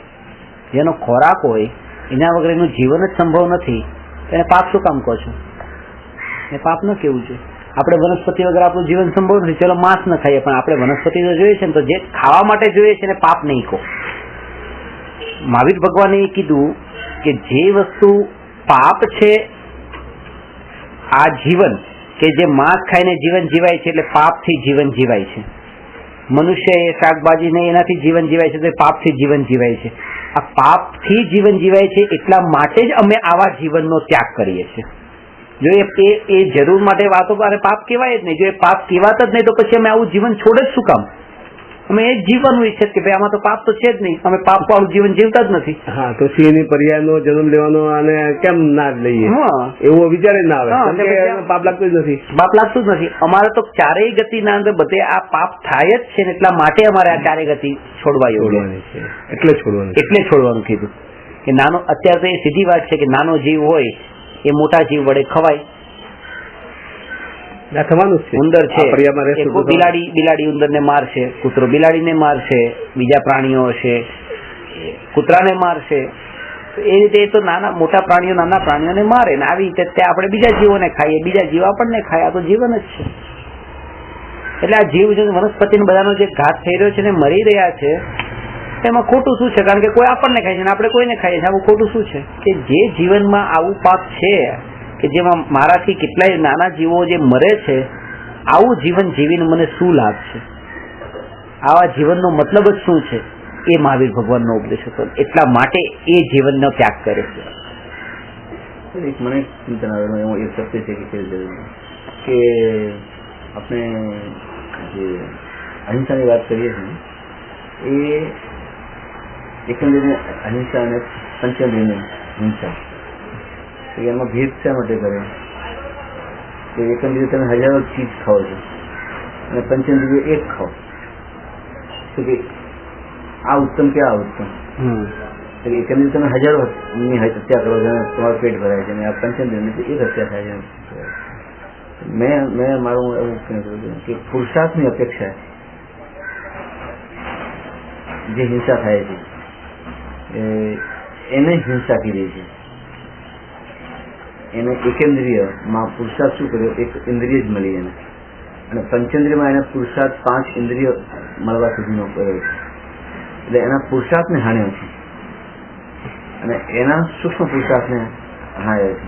એ અપેક્ષાએ ના વાત તમને એ કહું કે પંચેન્દ્રિય ક્યાંય ન હોય ને એકલું માનો કે એકલું માસ જ હોય, એ જીવ નીકળી ગયો છે, મરેલું શરીર પડ્યું છે, હવે ત્યાં કોઈ પંચેન્દ્રિય જીવ છે જ નહીં, તોય તે એને ખાવાની ના પાડી, મરેલાને પણ, અને વનસ્પતિને જ કીધું. પંચેન્દ્રિય કોઈ છે નહીં ત્યાં. મૂળ કારણ એ છે કે જે આપણે પંચેન્દ્રિયનો ઘાત કરીએ છીએ તેમાં પંચેન્દ્રિય મરે છે ને સાથે એકેન્દ્રિયો પણ બીજાના શરીરમાં માંસમાં ત્રસ જીવો પણ બીજા, એ બધાનો ઘાત એક સાથે થાય છે. એટલે જયારે પંચેન્દ્રિયનો ઘાત થાય છે ત્યારે પંચેન્દ્રિયનો નહીં, પાછા અનંત એકેન્દ્રિય જે વનસ્પતિમાં મરતા હતા એવા અનંતનો ઘાત તો પાછો થાય જ છે. ત્યાં વધારે છે, એનાથી પાછા વધારે છે બહુ. આવરો પણ છે, પાછા બીજા ત્રસ જીવો પણ છે, 2 ઇન્દ્રિય 3 ઇન્દ્રિય એવા પણ જીવો માંસના અને લોહીમાં એમાં છે, અને પંચેન્દ્રિય તો પાછું એક છે જ. એ ન પણ હોય તો એ ત્રસ જીવો તો માંસમાં છે, મરેલામાં પણ 2 ઇન્દ્રિય 3 ઇન્દ્રિય એવા જીવો તો પાછા માંસમાં પણ છે. એટલે મેઇન તો કારણ એ છે કે જીવોનો ઘાત આપણે ખાલી સ્થૂળ દ્રષ્ટિએ જોઈએ છે એટલે મોટું જીવ જ દેખાય છે, સૂક્ષ્મ દ્રષ્ટિએ તો એ બધાનું અંદર ગર્ભિત છે.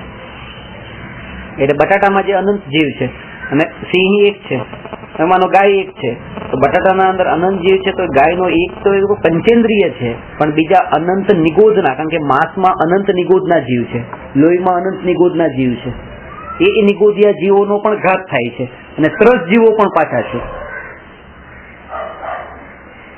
ત્યાં ત્રસ નથી. હા, ત્યાં વનસ્પતિમાં ત્રસ નથી, એટલે માંસ ભક્ષણનો દોષ નથી લાગતો.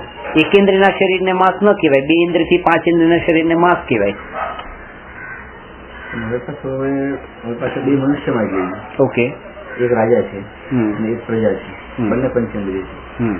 રાજાને હણવાનો પાપ વધારે, પ્રજા એક સામાન્ય પ્રજા એટલે રાજાને મારી નાખવાનું એમ. હા, ત્યાં આપણે પુરુષાર્થને લઈ શકીએ કે એ પોતાના પુણ્ય પુરુષાર્થથી જે કક્ષા પર આવે છે.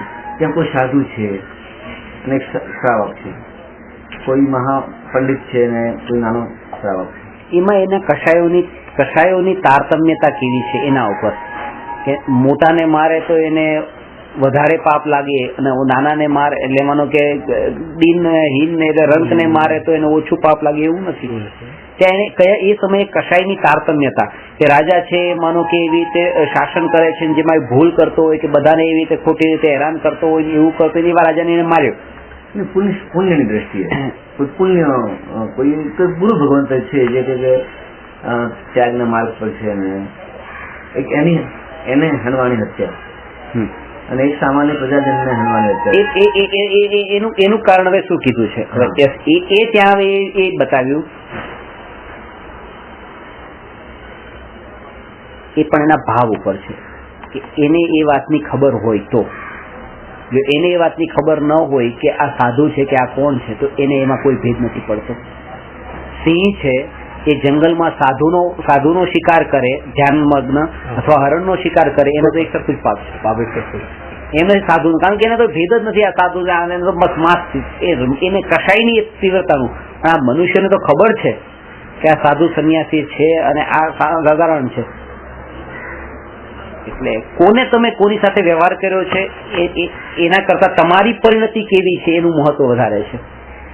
હવે આદિવાસી છે કે જંગલવાસી જે છે સાધારણ માનો દાઉદ ઇબ્રાહિમ ના માણસો ત્યાં તમારી દુકાન ઉપર આવ્યા વસ્તુ તમે એને ઠગી નાખ્યા એના કરતા તમે માનો કે કોઈ સાધુ સંત જેવા કોઈ વસ્તુ લેવા માટે આવ્યા છે કોઈ સંત માણસ તમારે ત્યાં તમે એને ઠગો તો કે પાપ કે તમારી અંદરની વૃત્તિ કેવી છે કે કસાઈની તીવ્રતા એવી છે કે આ સંતને જોઈને પણ તમારા ભાવના અંદર કોઈ ફરક ન પડ્યો, બસ આવી તીવ્રતાના કારણે તમને એનું પાપ વધારે લાગશે એમ.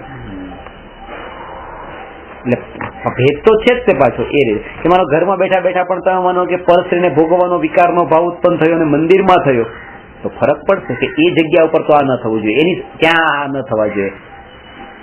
પરિણતિ તો મલિન થઈ છે, બે જગ્યાએ થઈ છે, એક સરખી જ થઈ છે, વિકાર એક સરખો ઉપર ઉભો થયો છે. કારણ કે આવી જગ્યાએ પણ થયો તો ત્યાં એને ખબર હોવા છતાં પણ હવે માનો કે કીડી મકોડાને મંદિરમાં હોય કે બહાર હોય એને કોઈ ફરક નથી પડતો, એને બે જગ્યાએ સરખા બંધાશે કારણ કે એને ભેદ જ ખબર નથી. આ ભેદ જાણતો હોવા છતાં પણ એ કરે છે પાછો એમાં ભાવ આવી ગયા. ભેદને જાણતો હોવા છતાં પણ એને વિકાર થાય છે, ભેદને જાણતો હોવા છતાં પણ પાપ છૂટતું નથી. એટલા માટે શાસ્ત્રોમાં બે વ્યક્તિનું બેનું કરવાનું કીધું. તમારે જો કોઈનું ભલું કરવાની ભાવનાને એ થાય તો તિર્યંચોનું કરવું અને સાધુઓનું કરવું. પહેલા સાધુઓનું કીધું અને પછી તિર્યંચોનું કીધું.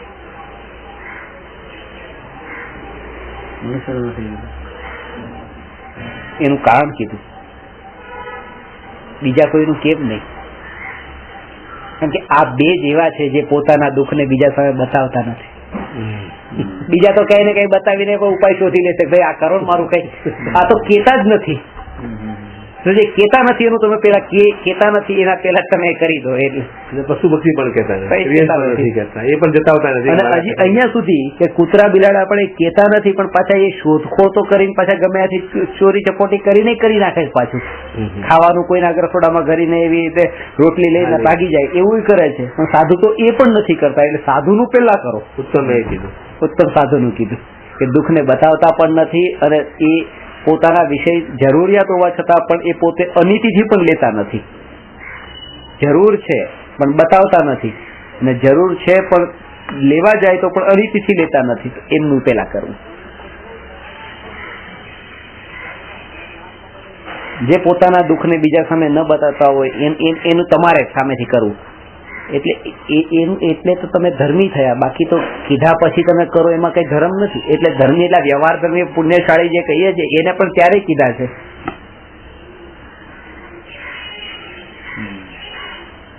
કે કોઈ માણસ અહીંયા તડપતો હોય ને એ 5 રૂપિયા માંગતો હોય ને દુઃખી થતો હોય ને એને ખાવાની જરૂર હોય અને એ માંગે કે મને આપો અને તમે આપ્યા, એમાં મહાનતા નથી. તમનામાં એટલી સમજ હોવી જોઈએ કે ભાઈ આ જરૂર છે સામેથી એને. એટલે એ વસ્તુ કોઈ અગર મહેમાન બનીને ગયા ને મહેમાન કે પાણી આપો ને તો એ આપે અને આપણે માંગ્યા પેલા જ આપણે આપી દેવું, ફરક છે. એમાં ફરક કેટલો જ છે. ભલે ખબર છે ન પીવાના હોય તોય પાણી તો સાથે લઈને જઈએ જ છે. અને એમાંય ફરક છે કે સર્વણને પાણી લઈને મોકલો અને તમે પોતે તમારા હાથે પાણી લઈને જાઓ.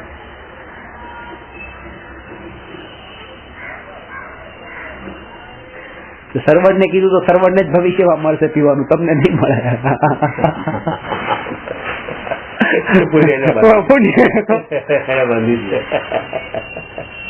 એને આપણે કઈ કીધું જ્યાં પાણી લઈને જતો એ ફરક છે. એવી રીતે ત્યાં કે તમે માનો એને ખાવાની જરૂર છે ને રસ્તા ઉપર માણસને, તો એ બીજાને નહીં કહો, એ તમે પોતે કરો.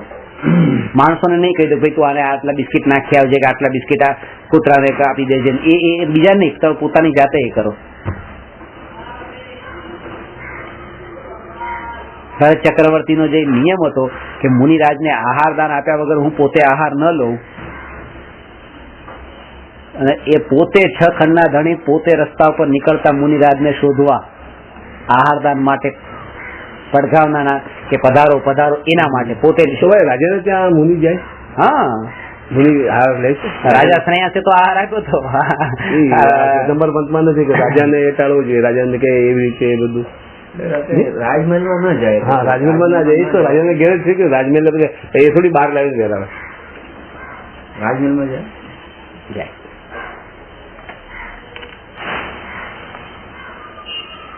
આ રાજા શ્રેયાસનું તો મોટું આદિનાથ ભગવાન એમને કેવી રીતે ફેરાવ્યું, એ બધો પડઘો ધ્યાનમાં નથી આવતો. એટલે રાજમહેલની બહાર વરાવ્યું કઈક. એ તો રાજાને કોઈ મૂકી ગયો તો ભાઈ ઘડા એને થયા બહુ પેદાવાર થઈ એટલે રાજાના કામ નથી મૂકી ગયા હતા. એ પછી એ જ વખતે આવ્યા ભગવાન. 182 પ્રશ્ન થયા છે. 183 થી હું લઈશ. નમો અરહંતાણમ નમો સિદ્ધાણમ નમો આયરિયાણમ નમો ઉવજ્જાયાણમ નમો લોએ સવસાહુ.